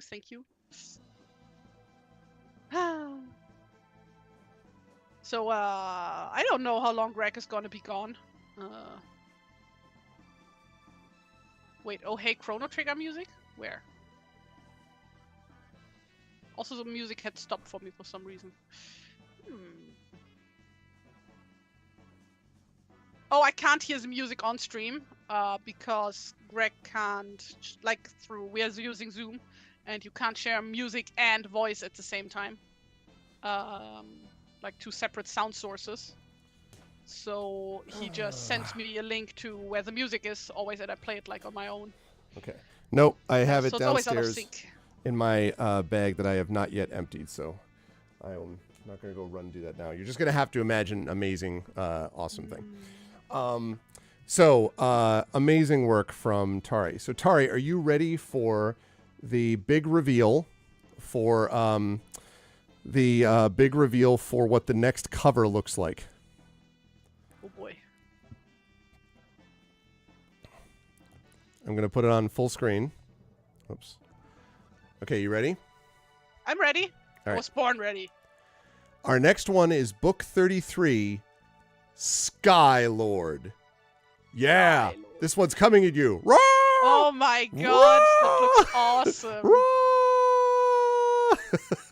So what's the genre here? Like, this reminds me very much of like heavy metal, the old magazine. Yeah. So what it says is, I'll hold it while I read it. So, Labaston, genius geneticist and renegade steward of Vax, king of the planet Ensulina, is poised to conquer the cosmos with an army of terrifying clones, dog-headed prefectas, the perfect warriors. Only a solo mission can penetrate the defenses of Labaston's fortress planet Arok. Only the best solar trooper can undertake such a mission. That agent, now correct, just sit down for this one, chat. That agent is you, if you dare. So this is Skylord, and it says, it says the setup is that you are Skylord. This one we don't actually pick a name. You are Skylord Jang Mistral, elite solar trooper, special agent, and four-armed humanoid warrior from the 16th Aeon. Your home planet Encelina is just one of countless thousands of worlds inhabiting the famous Hollow Phallus star chain, a dazzling spray of more than 100,000 live stars and innumerable planetoids bordering the Berenice's super galaxy. Oh my god. Yeah, this is like some proper metal, heavy metal stuff. Yep. The book, not the music. And I mean, the music also, but also Lobo. I don't know. You did probably never read Lobo. You're not the kind of guy who would read Lobo. What is Lobo? Lobo is DC's super hero, quote unquote. He's like a space bounty hunter who is like just a mountain of muscles and has like a space chopper. And he hunts people for bounties, and occasionally runs into other characters from like the DC world. So and it was called Lobo. He like the main character is Lobo. I had not heard of that actually. I had not heard of it. What the flip? All right, I'm going to show you one. I don't want to do spoilers, but this is what we have to look forward to, chat. I think that's an attack candle. Of course. Oh my god, I'm gonna have so much fun with this. So basically, yeah, it says that it's kind of space, but like pulp space, I'm guessing, like Golden Era type of stuff. And there is personal combat in here, which is like regular combat, but there's also combat weapon clashes, and it says most of the time these encounters involve fighting between sophisticated combat vehicles, one of which is always piloted by yourself. At the beginning of your adventure, you're equipped with a starship called the Star Spray, and then later on you can maybe get other starships as well. So they actually have, in addition to the regular like sheet, they also have this. Check this bad boy out. 4 high-powered lasers, 12 force shield pods. Good gravy. So. Oh, this is gonna be fun. Yeah, we're going into space, Tari. That's what's happening. Going to space. And wow. I like space. Nice. And then at some point we fight this candle. I don't know. I don't know if we do. Maybe we kisses instead. That's true. We could. It's possible. Seems to have some very kissable lips. Yes. I think that would probably hurt. I'm guessing it's probably. Oh, I mean, that's just part of the fun, isn't it? I am super excited to give that a shot. But yeah, so we're gonna head into space. And again, chat, these are all ones that I've never played any of these now for a long time because they only came through to like book 21 or 22 in the States. So all of these ones are now Puffin editions that I had to order. And I have all the way through. I think I have one more book beyond this, and then after that, it's more ordering. And also, Tari and I always want to give Tari the option too that if Tari wants to try some, venture off into Lone Wolf or wants to try like we did some Sagard the Barbarian, we did Sherlock Holmes. I know Tari wanted to do Dark Eye at some point. I think. Well, that was one of the things I recommended. Yeah. Mainly the thing is at this point that I just like want to do diverse settings. So like not like the same setting after one another, just like to keep things fresh. I think that was like one of the things with Lone Wolf because we did like 2 Lone Wolf books in a row. So that got a little boring, I think. Right. At some point. Right. But there is a lot of variety with these. I mean, certainly yes, this doesn't have anything to. This does not seem to lead to that. But we now had like a little bit of cosmic horror with like stuff, which was nice. With like weird creatures. Weird creatures are always a bonus because I love drawing weird creatures. Check out that dude, Tori. I think that might be our guy because he's 4-armed, right? Might be. Very, very handsome fellow. That's the new version of Tempo. When Oh, no. you know. They do have very similar hair. I might give him a slight redesign, possibly. Yeah, it does feel like Mortal Kombat. That's true. He looks like Goro, right? Dragon. They started the best phase. They just put it out these crazy books. Yeah, I mean, I like these things. There's a sort of dynamic quality to them, but I just like the way that they work with chat. Oh my god, this is like, I don't want to spoil. This is like another. Okay. Don't. All right. I'll stop. I'll resist. I shall resist. And besides, the best part of this is discovering what Tari draws for it anyway. What illustrates for it. So, really, really cool stuff all the way through. So I guess, Tari, because we have a few minutes left here before I let you go, you should tell me what was your sort of, I guess, what was your, you talked about the highlight being the teas and so on. Was there anything that surprised you about our meeting in person, the meeting of other people from chat and so on in person, like watching the D&D event? Like, is there something that stood out that surprised you, or that you were like, this is super cool, but I didn't expect it? Or this was, I didn't expect that they would look like this or seem like that or be the other thing. Like, do you have any? You were taller than I expected. Oh. Yeah, I'm kind of used to like people always being shorter than me. That's true. I was prepared for the fact that you were tall because you had made it clear that you were.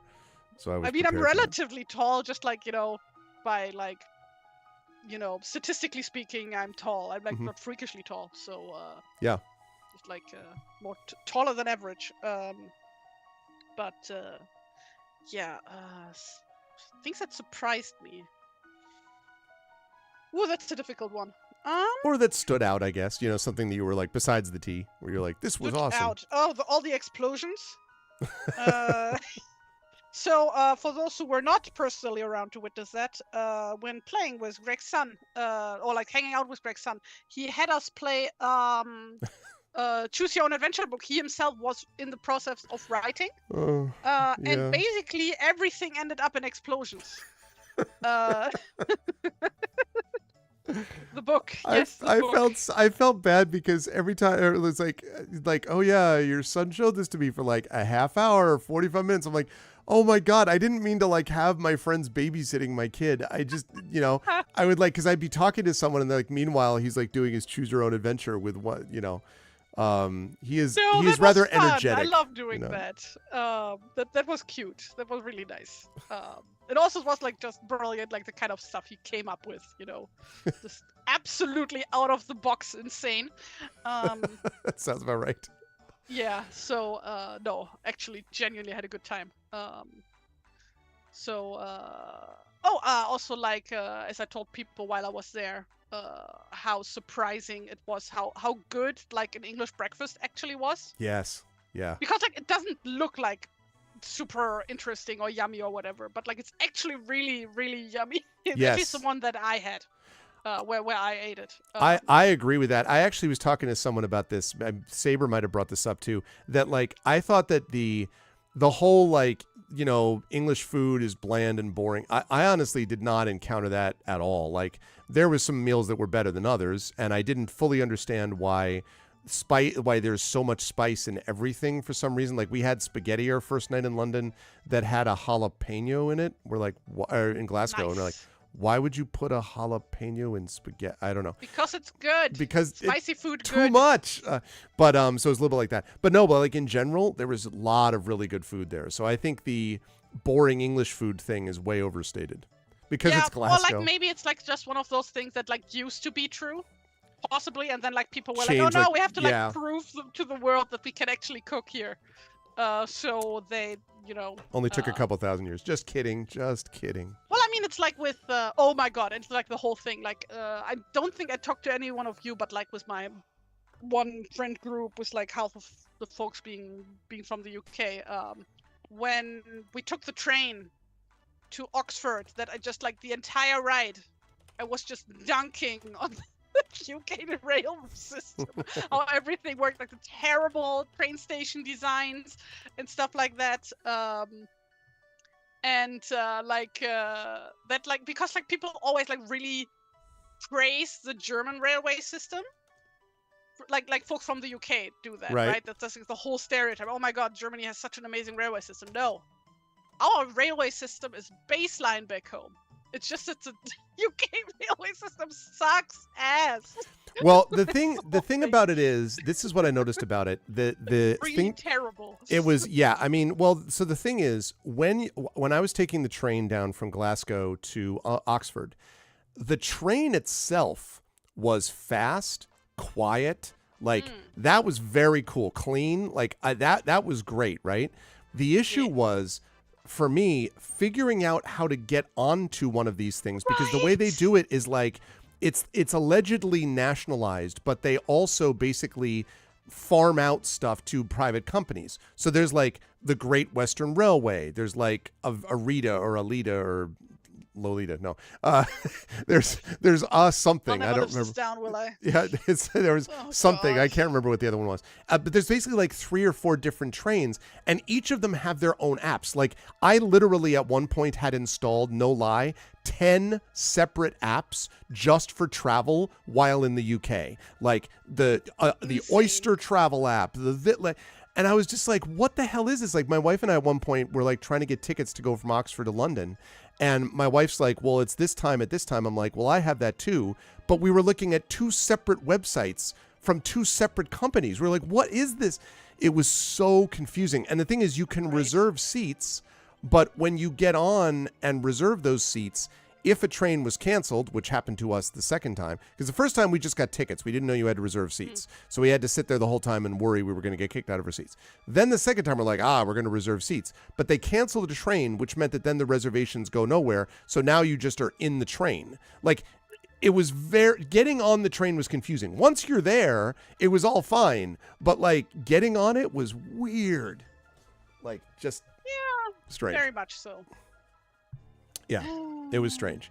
But yeah. Also, like one thing, like specifically about Paddington Station, which you also passed through then, obviously. Yes. Like I'm really glad that I don't need a wheelchair, specifically because I've been to London now. Like, good Lord, like London hates wheelchair users, I have a feeling. Yeah. So when you like walk from the tube to the railway station in Paddington Station, they have like this whole thing where there is a ramp from the railway part to like the pass to the tube, to the subway. Mm-hmm. Except that the last meter of this part is 3 extra steps on the ramp. Why? Yeah. Well, also Why? that's ridiculous. Also, and when they say the whole thing about mind the gap, like they're not joking. You have to step up. Like in New York, the subways are on the same level as the platform. The doors open, you walk smooth, but you had to like get up onto the gap, and it was a good 6 to 8 inches. Like a wheelchair's not going to do that, you know. And Emily's right too. The lifts were out. A bunch of the elevators were out too. So it was just like, okay, good luck. Like it just happens. Like that was very odd to me. I agree with you. Like the sort of management of how you would get from one place to another was definitely weird. Yeah. And no, the tube itself was like very cool, actually. Yeah, that was except fine. for the Victoria line. I hereby want to go on record saying fuck the Victoria line. I never did the Victoria no air line. Conditioning on that thing, and it's incredibly loud on that one. I mean, they're all very loud. All the lines are very loud, but like the Victoria line took the cake out of all the ones that I have taken while there. Yeah, and Caro says the reason is that awful. Reason says everything's old and nobody can be bothered to completely do the things that need rebuilding. I mean, Caro, it's funny. That is something which has often been said in America too.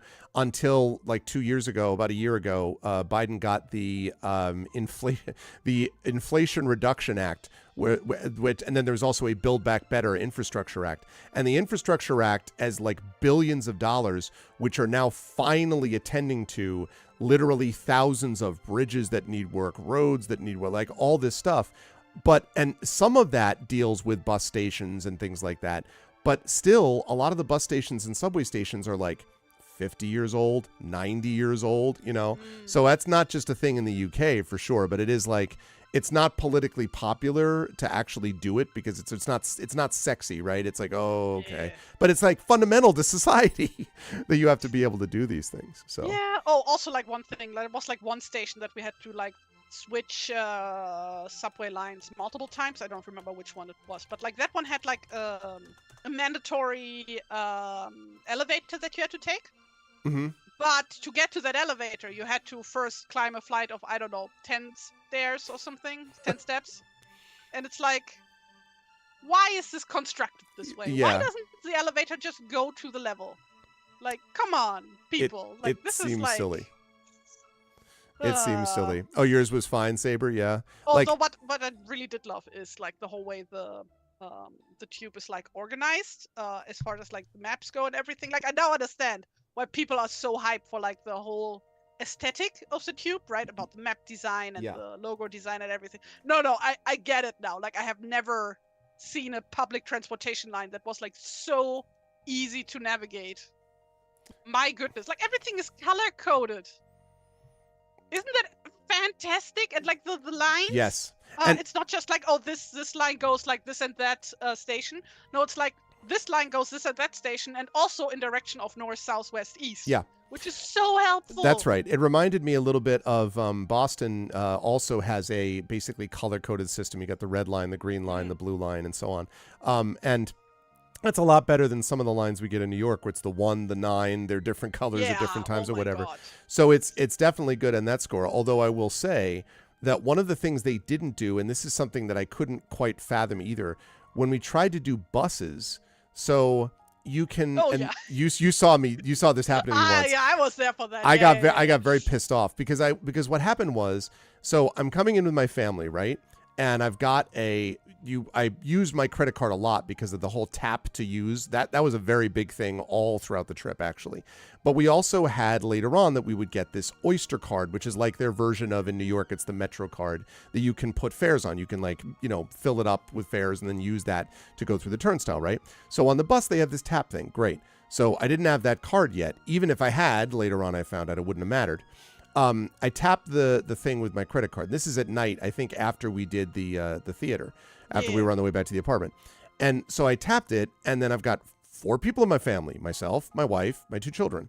So I tap it through, and then the next one comes on, and I tap it again, and it like gives me the yellow light. But basically, it's not working. And the bus driver's like, oh yeah, it's 1 card per head. And I'm like, I'm sorry? He's like, it's 1 card per head. I'm like, what? So apparently you can't, now just sort of, see if you can follow the logic on this. The card could have 7,000 pounds on it. Yeah. It doesn't matter how much it has on it. You can only swipe once per person. This is ridiculous. Like, first of all, not only is it a waste of all the extra cards you'd have to print, but like, how was I going to know that getting onto the bus when coming out on the bus? No one had said anything to me about it at all. I said to the guy, I'm like, do you want me to get 4 credit cards, 1 per person, so I can board the bus? And he's just like, oh, well, just do it for next time. And then a couple of the other bus drivers were like, sort of like kind of growling a bit too. And I'm like, what? Even when I got the Oyster card, then that only let me bring 2 people on because, again, 1 card per head. So they would rather have people with 4 separate cards, each with like whatever it is, 5 pounds, instead of 1 card with like 100 pounds or 200 pounds. Doesn't matter because you can only, dumb. That's just dumb. It's flat out stupid. Yeah. And so that was weird because I just, at a certain point, I was getting very agitated because I'm like, dude, I couldn't believe the guy was telling me that I really needed to go buy a credit card. This is like 11 at night also. So I need to buy more credit cards. And I had plenty of room, in terms of amount. But so they need to rethink that setup, that system. That said, though, buses went everywhere. So right after moving to the Netherlands with the buses here, because you can't buy like a bus ticket with cash in the Netherlands. You have to use a card. And I didn't know that. And I had like this really important appointment that I had to get to. And so I was just there at the bus station. I'm like, oh, okay, I have money. Look at my money. It's right here. but no, they That it don't wasn't take good any enough. cash.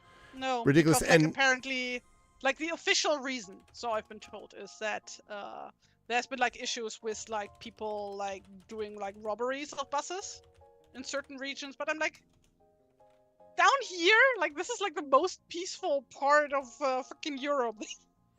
yeah, I I mean, live in like, currently, it's like really, and that like this is not like Rotterdam or something. yeah, like it's silly. And like, and the thing is, if you want to make it as easy as possible for people to do mass transit, then Yeah. that's the way to do that. Like, and Effect Life, yeah, the thing about waiting a minute before a credit card can be used again, it wasn't even waiting a minute, right? Because you have to finish the bus ride before they let you use it again. Like, it just doesn't make any sense. Like, the person right after me could have a separate credit card, could swipe it literally 2 seconds after I do, and it works fine. It's the fact that they don't want multiple fares on one card. And I kept thinking, like, what exactly is the scam that I could be pulling off? Like, haha, I've fooled you. I've legally filled my card with enough money to cover all the rides, and now I'm going to use it for different people, which is the same amount of money. Like, it doesn't make any sense. It's just silly. But the buses did go everywhere. It was cool to do the double-decker buses as well. Yes. I really liked that.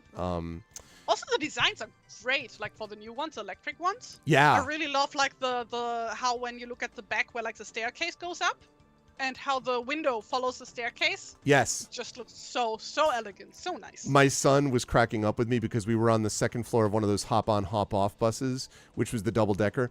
But the thing is that we found in the UK is that the roads are right next to the sidewalks. I mean, like, there's it's just right there. So the trees, even though that they had them cut, we were often like banging, like we'd be driving along and then the roof is just like, because it's literally banging through tree branches. Right. Oh my god, I remember. Yeah. And the first time it happened, I'm like, what? And then it happened again. I'm like, okay. Like, my son was cracking up. He thought it was really funny because every time it's just, with the That was like branches. really easy to see in Oxford, especially when we took the Yes. bus to the graveyard. Yes. And like just like seeing like the perfectly cut out rectangular shapes in the trees where the bus had been going through. Yeah, it was very funny. Like that wouldn't like happen over here or like back home because like the like they just cut back the trees regularly to avoid that. And our buses don't go that high. Like, we don't have any we have very few double-decker buses in the US. That's true. We don't have like we just have like those long distance buses. Those can be double-decker. But like no line buses. No line buses, yeah. Double-decker line bus. I mean, it makes sense, right? Because you get more people in. I mean, the other thing is, too, when we were trying to get through to get up to the London Eye just doing bus rather than going down on subway, which we did the one time, like, there were buses. A bus comes up, a bus pulls in front. There's a bus right behind us. There's like, there were lots of buses. Like, it was but that's like it was bus large central. cities for you, right? That there's just very little waiting time on. That's like not a London special thing, I'm pretty sure. Right. Like other large cities have that too. I guess, but like New York, I don't know, just comparing it, let's say, to New York or to Chicago, like, the buses are more spaced out than that. You don't have as much of a wait, but it's also like, it felt to me like literally, because these are the big size vehicles, are literally just like bus and then another bus right behind them and another, like, these are big vehicles that are like pulling up next to and in front of each other, and that does not happen in the States. Usually there's a little bit of time between buses. But this was just like bus on top of bus. And all the drivers were like, oh yeah, they're just like used to as that's happening or whatever. So how like bus dependent is New York? Because like I only ever hear about the New York subway, never about like New York buses. No, buses are a big part of New York travel, Okay. mass transit. Yeah, especially because people getting from one of the boroughs, if you're going from the Bronx down to Manhattan, there are some places where you can't immediately get to the subway, or there are gaps between lines. Going from Manhattan into Queens, or going from like Queens to Brooklyn, you would think it would be a straight shot from Brooklyn to Queens. It really isn't on a subway. You got to go over and around to come back. So yeah, subways are definitely a huge like part of things, but or like under river tunnels. you can, but Bridges. you can with subway, but but it doesn't. But you have to go west, south, and east. There are almost no lines, if any, that go literally from Brooklyn to Queens that go from south to north or north to south. It's weird, but that's the way they do it. Again, like Caro said about the UK, it's because this lines are old. They need to build some more lines, but they haven't because it's expensive and all that. But yeah, buses are a big part of the sort of in between stuff. Like, for example, the closest one that goes to St. John's subway line is like 2 miles away. So you could walk it, but a lot of people then just use that and then get on a bus, take the 2 miles to go up the rest of the way, and then it drops you off right in front of campus. So yeah, buses are definitely a big part of things in New York. Once you get outside of that, then it depends. Like, you have to be in the big cities for that. And I was talking to Fleos about this, and I guess in Canada, buses in some of the big cities maybe, but mass transit in general is just not a thing for the most part in Canada. It's very car dependent, which is partly because it's such a huge country, like land-wise. But so yeah, it was different. Yeah, exactly. The rules should be 1 bus per line every 10 minutes. What you get is 3 buses at the same time every half hour. Yeah, there were so many times where it's like, I was like, this one's been delayed. And so it shows up, and then like 30 seconds behind it, here comes another bus. Like, yeah.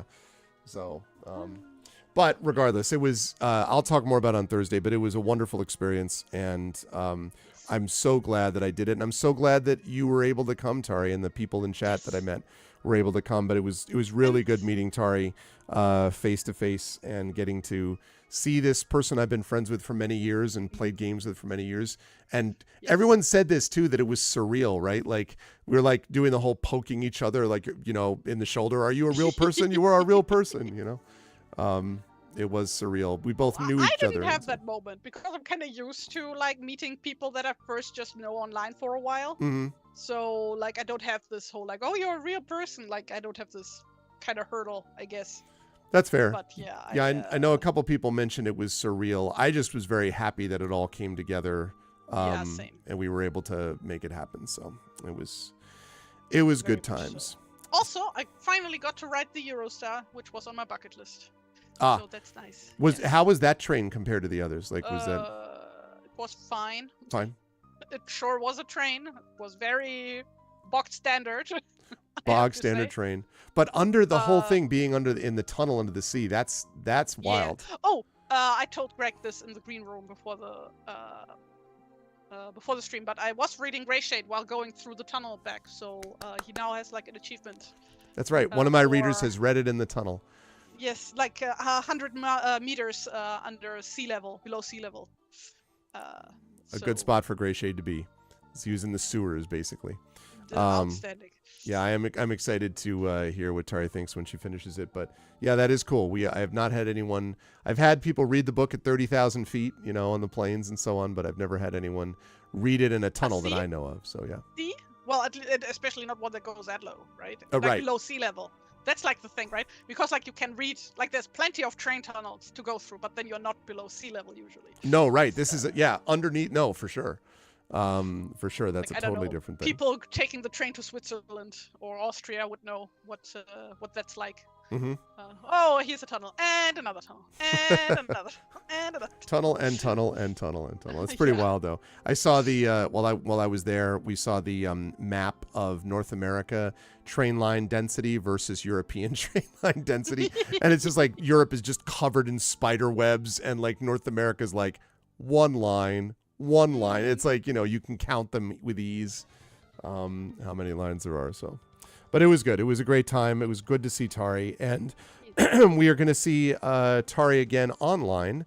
I don't remember if we have Beowulf set for, well, I guess we don't know yet because it's September has not been figured out yet. Yeah, new month. So, but we will have Tari Tuesdays again. We will be back into Beowulf. And then we will be back into our next one of these books as well. So, Tari, why don't you pitch your store again so people can go get your stuff? Oh, yes.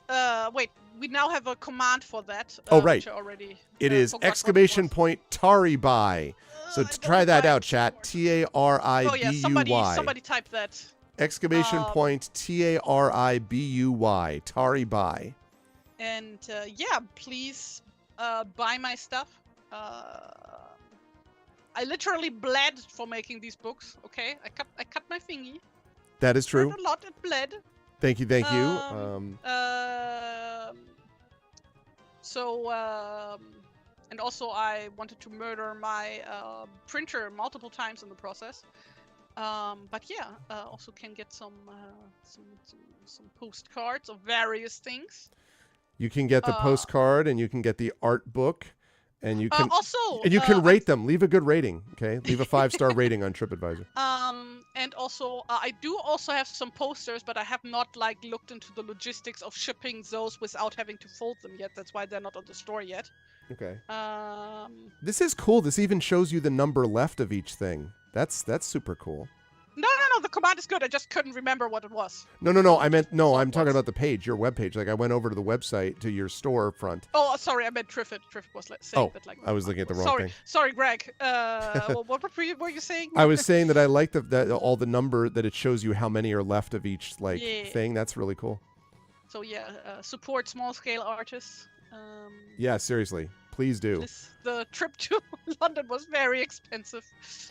Yeah, no, please do. And Tari and I are talking about this is okay. So there's no information and no guarantees of anything yet, but we have talked about the possibility of collaborating on a potential thing, a project down the line. We have to keep it exactly as vague as that because we don't have any more details yet. But there could be, if you like what Tari does here, there could be more Tari art in your future that's associated with me somehow, maybe. But that only relies on whether people are supportive of our various endeavors. So you should definitely go and support by picking up stuff. And if you do that, you get this awesome art. Which is just... I have it. And I have it right here. Maybe I should say the book contains almost every piece I have drawn in relation to the channel, which includes all of the artwork from all the Gamebook streams and also various character artworks that I did, also random stuff that I did while in chat watching other games.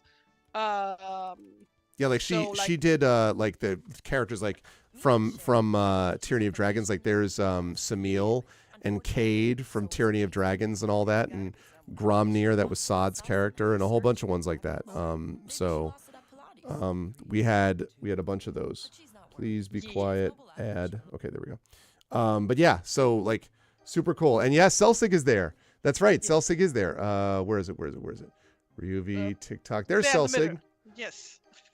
There is Celsig. Yes.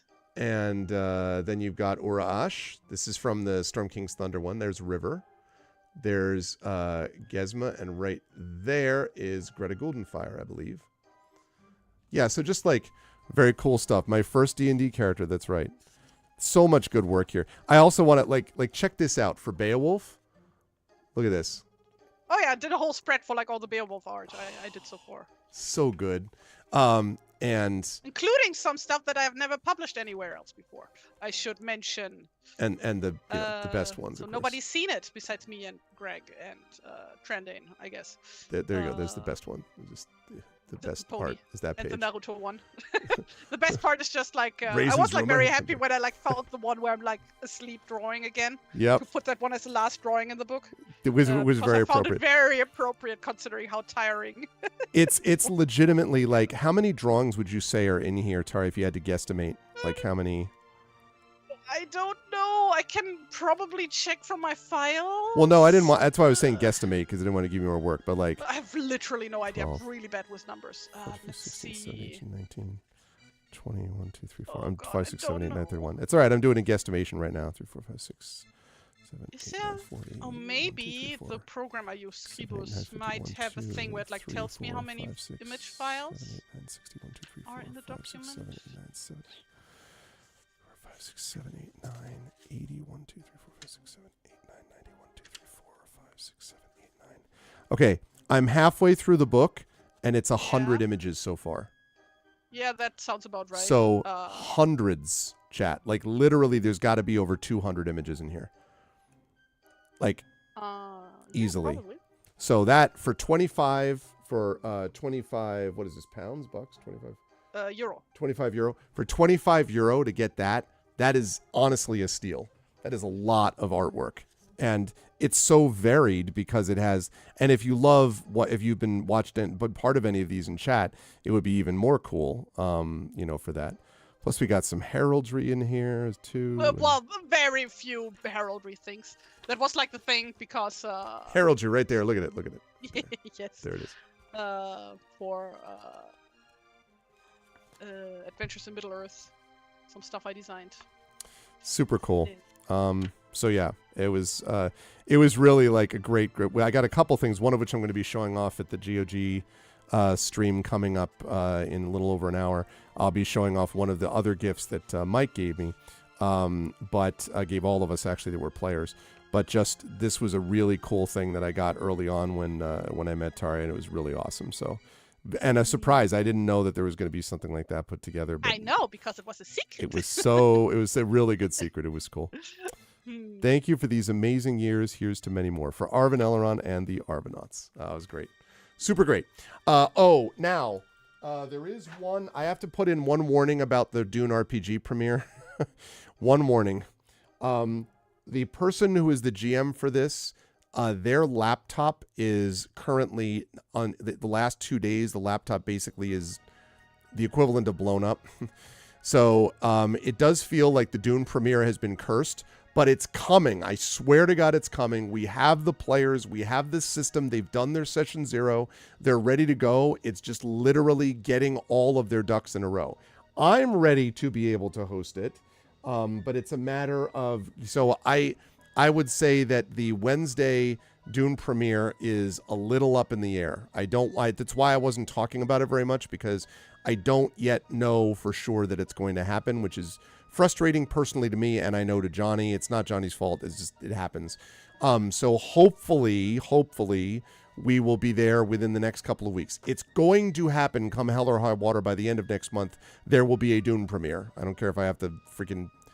I don't know what I do. I do something. I'm guaranteed that it's going to run. But anyway, so yes, definitely be on the lookout for that, Carol. But it's it may not be tomorrow night, just so you know. So anyway, all right. Well, I'm going to let you go, Terry, because I got to get ready myself for D&D in about an hour. This was, as always, wonderful and lovely.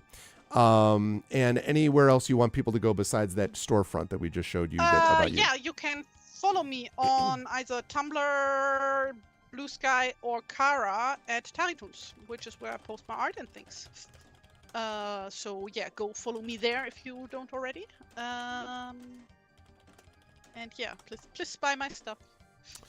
Yes, definitely buy Tari's stuff. It really would be helpful. Please do that. And Tari, thank you. I will see you very soon. Within the next couple of weeks, I'll be seeing you again online. Thank you very much for having me. Bye-bye. Bye, Tari. Love chat for Tari. Bye-bye. All right. So that is going to be that for this. So, yes, I'm excited for Tari drawing Space Bikers as well. I could not agree more. That's going to be a good time. So, good stuff. Good stuff. I really enjoyed that. And Slaves of the Abyss is complete. Again, another book is defeated. Very excited about that. All right, chat. So that is going to do it for me for this stream. But as I told you all, this is a very, very busy day of streaming today. In literally about an hour and 2 minutes to be exact, I'm going to be over on GogCom's channel with By the Dice Roll for our first stream since the live event in London. This will be returning, of course, to our Saltmarsh campaign. And it's also going to feature Undeveloped Bruce, who was not able to join us for the live event, but Bruce will be back for this. So we will have the full crew assembled. I don't think Fleos is joining us. I have to double check if Fleos is joining us, because Fleos may be back to school now. So Fleos may not be able to join us for this. We'll see. Fleos is a guest star, a regular guest star for the Saltmarsh campaign, but can only be on there when his teaching does not conflict. So I think he might be back to school. I got to double check. We'll find out. But if not him, then you will still see the other 5 regular members of Pyre and Jade and Darksaber 2K and Peripheral Mike, also known as Wholesome Horror Gaming, and Undeveloped Bruce and Ananda. So we will be with you as we continue with Ghosts of Saltmarsh, and we move into the midpoint of the campaign. I would say that Saltmarsh is entering basically the halfway mark right about now, which is cool because it's been a great campaign so far, and more excitement to come. I will also be revealing that gift that I mentioned that was given to me, which is Saltmarsh related. So I'm excited to reveal that as well. That'll be at 4:15 p.m. Eastern over on GogCom's Twitch channel.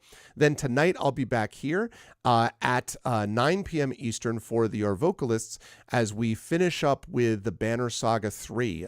That's going to be a good time as well.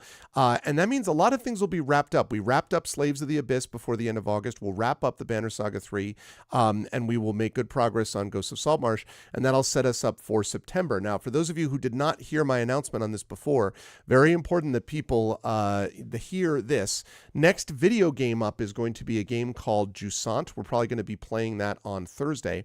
That is going to be a 1 or 2 session game, maybe 3. No, definitely, Caro. I'll talk a little more about that on Thursday night. So there's that. And then after Jusant is done, we are going to be playing for the subathon, and actually for the next couple of months probably, we're going to be playing the Unlimited Adventures Forgotten Realms Gold Box game with an adventure called Curse of the Fire Dragon. This has gotten very good reviews. It's a modern adventure. When I say modern, I would say past 2000, like it's 2009 or something like that, for the Unlimited Adventures, which itself is like, I don't know, 90, I forget when it came out, 97. Anyway, it's a gold box game. So we're going to have that gold box goodness combined with a adventure that by all accounts has a pretty good story. I'm very excited for it. It's going to be fun. I wanted to do something a little more retro. Also, I don't have to worry that anyone's going to be freaked out about spoilers. That was something which affected the numbers on Final Fantasy VII Rebirth. Understandably, people did not want to be spoiled. You don't have to worry about being spoiled in this game because it's been out for a long time. So I'm very excited for that, and I'm hoping we're going to get a big push there.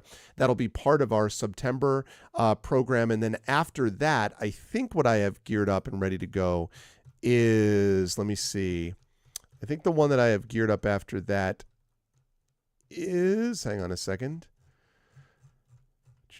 here we go. It is Crypt Master, which I also showed on stream. Basically a typing dungeon crawl. It's sort of hard to explain, but it's pretty cool. And then I'm probably going to give Prince of Persia: The Lost Crown a shot. Then after that, it gets very uncertain again. There's lots of games I want to try. I'm thinking about Lord of the Rings Return to Moria, thinking about Myth Force. I do want to try the Super Mario RPG at some point, which I've never actually played. So it'd be fun to try that now that they have a Switch version. Final Fantasy 16, although that one is definitely going to be a little while because I just had 100+ hours of Final Fantasy VII Rebirth, so I'm good on Final Fantasy for a while. The Suikoden 1-2 remaster, I wouldn't mind trying and stuff like that, so we'll see. It's going to be good times, but I definitely know Jusant, which again, it's like 2 sessions maybe, Unlimited Adventures, Curse of the Fire Dragon, and then Crypt Master, and then probably Prince of Persia. So that, I would say Unlimited Adventures, Jusant, and Crypt Master take us through the end of the year. This isn't counting like, chat chosen game of the month and stuff like that. That's going to be continuing, or games that the Our Vocalists do.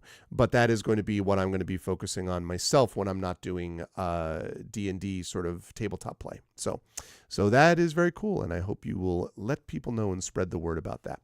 But I'm going to rise up on out of here. If you like what you saw and heard today, please follow the channel. Please check out our YouTube with !ArvTube, and thank you for those of you who are watching on YouTube today. Discord is !ArvCord. Please join us over there to hang out with the rest of the Arvanauts between streams. Twitter is !ArvTweets. Blue Sky, please do join us over on Blue Sky. I would love to eventually move off of Twitter entirely before Twitter explodes. So if you could join us for that, that would be great. !ArvSky. And then the website for this is arvaneleron.com. Financially, !ArvTreon. That's that Patreon right there, which is good for you. You can get unique stuff for you and also unique stuff for the channel, so please support us there. Also, we have the Patreon. We also have the shop, !ArvShop. More merchandise coming there as well, but we have a lot of merchandise available there already.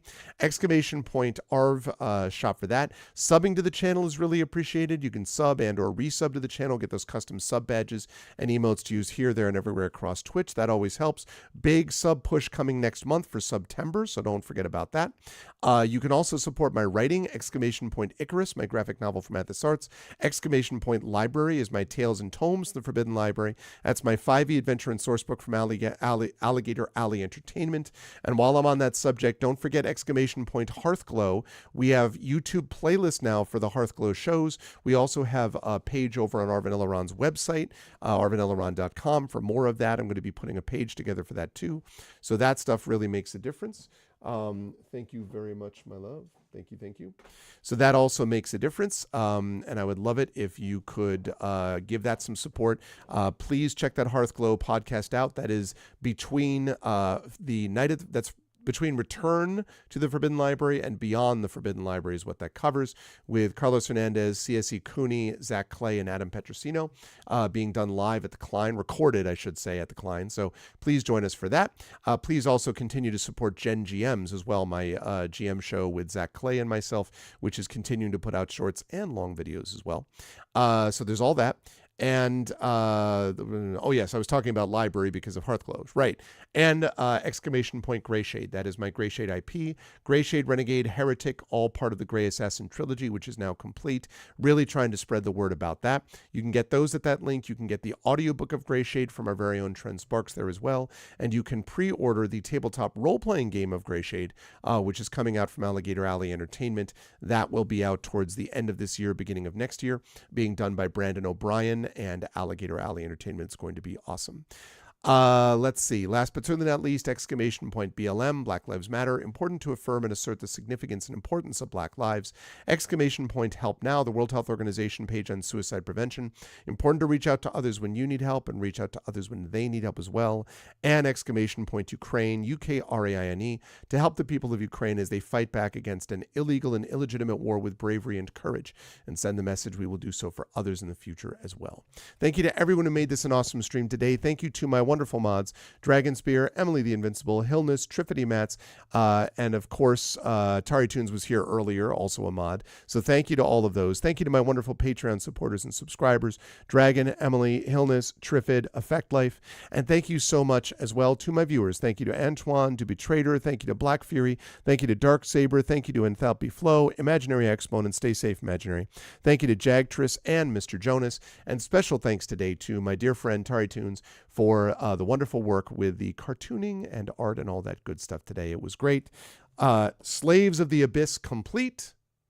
Next up, oh yeah. What?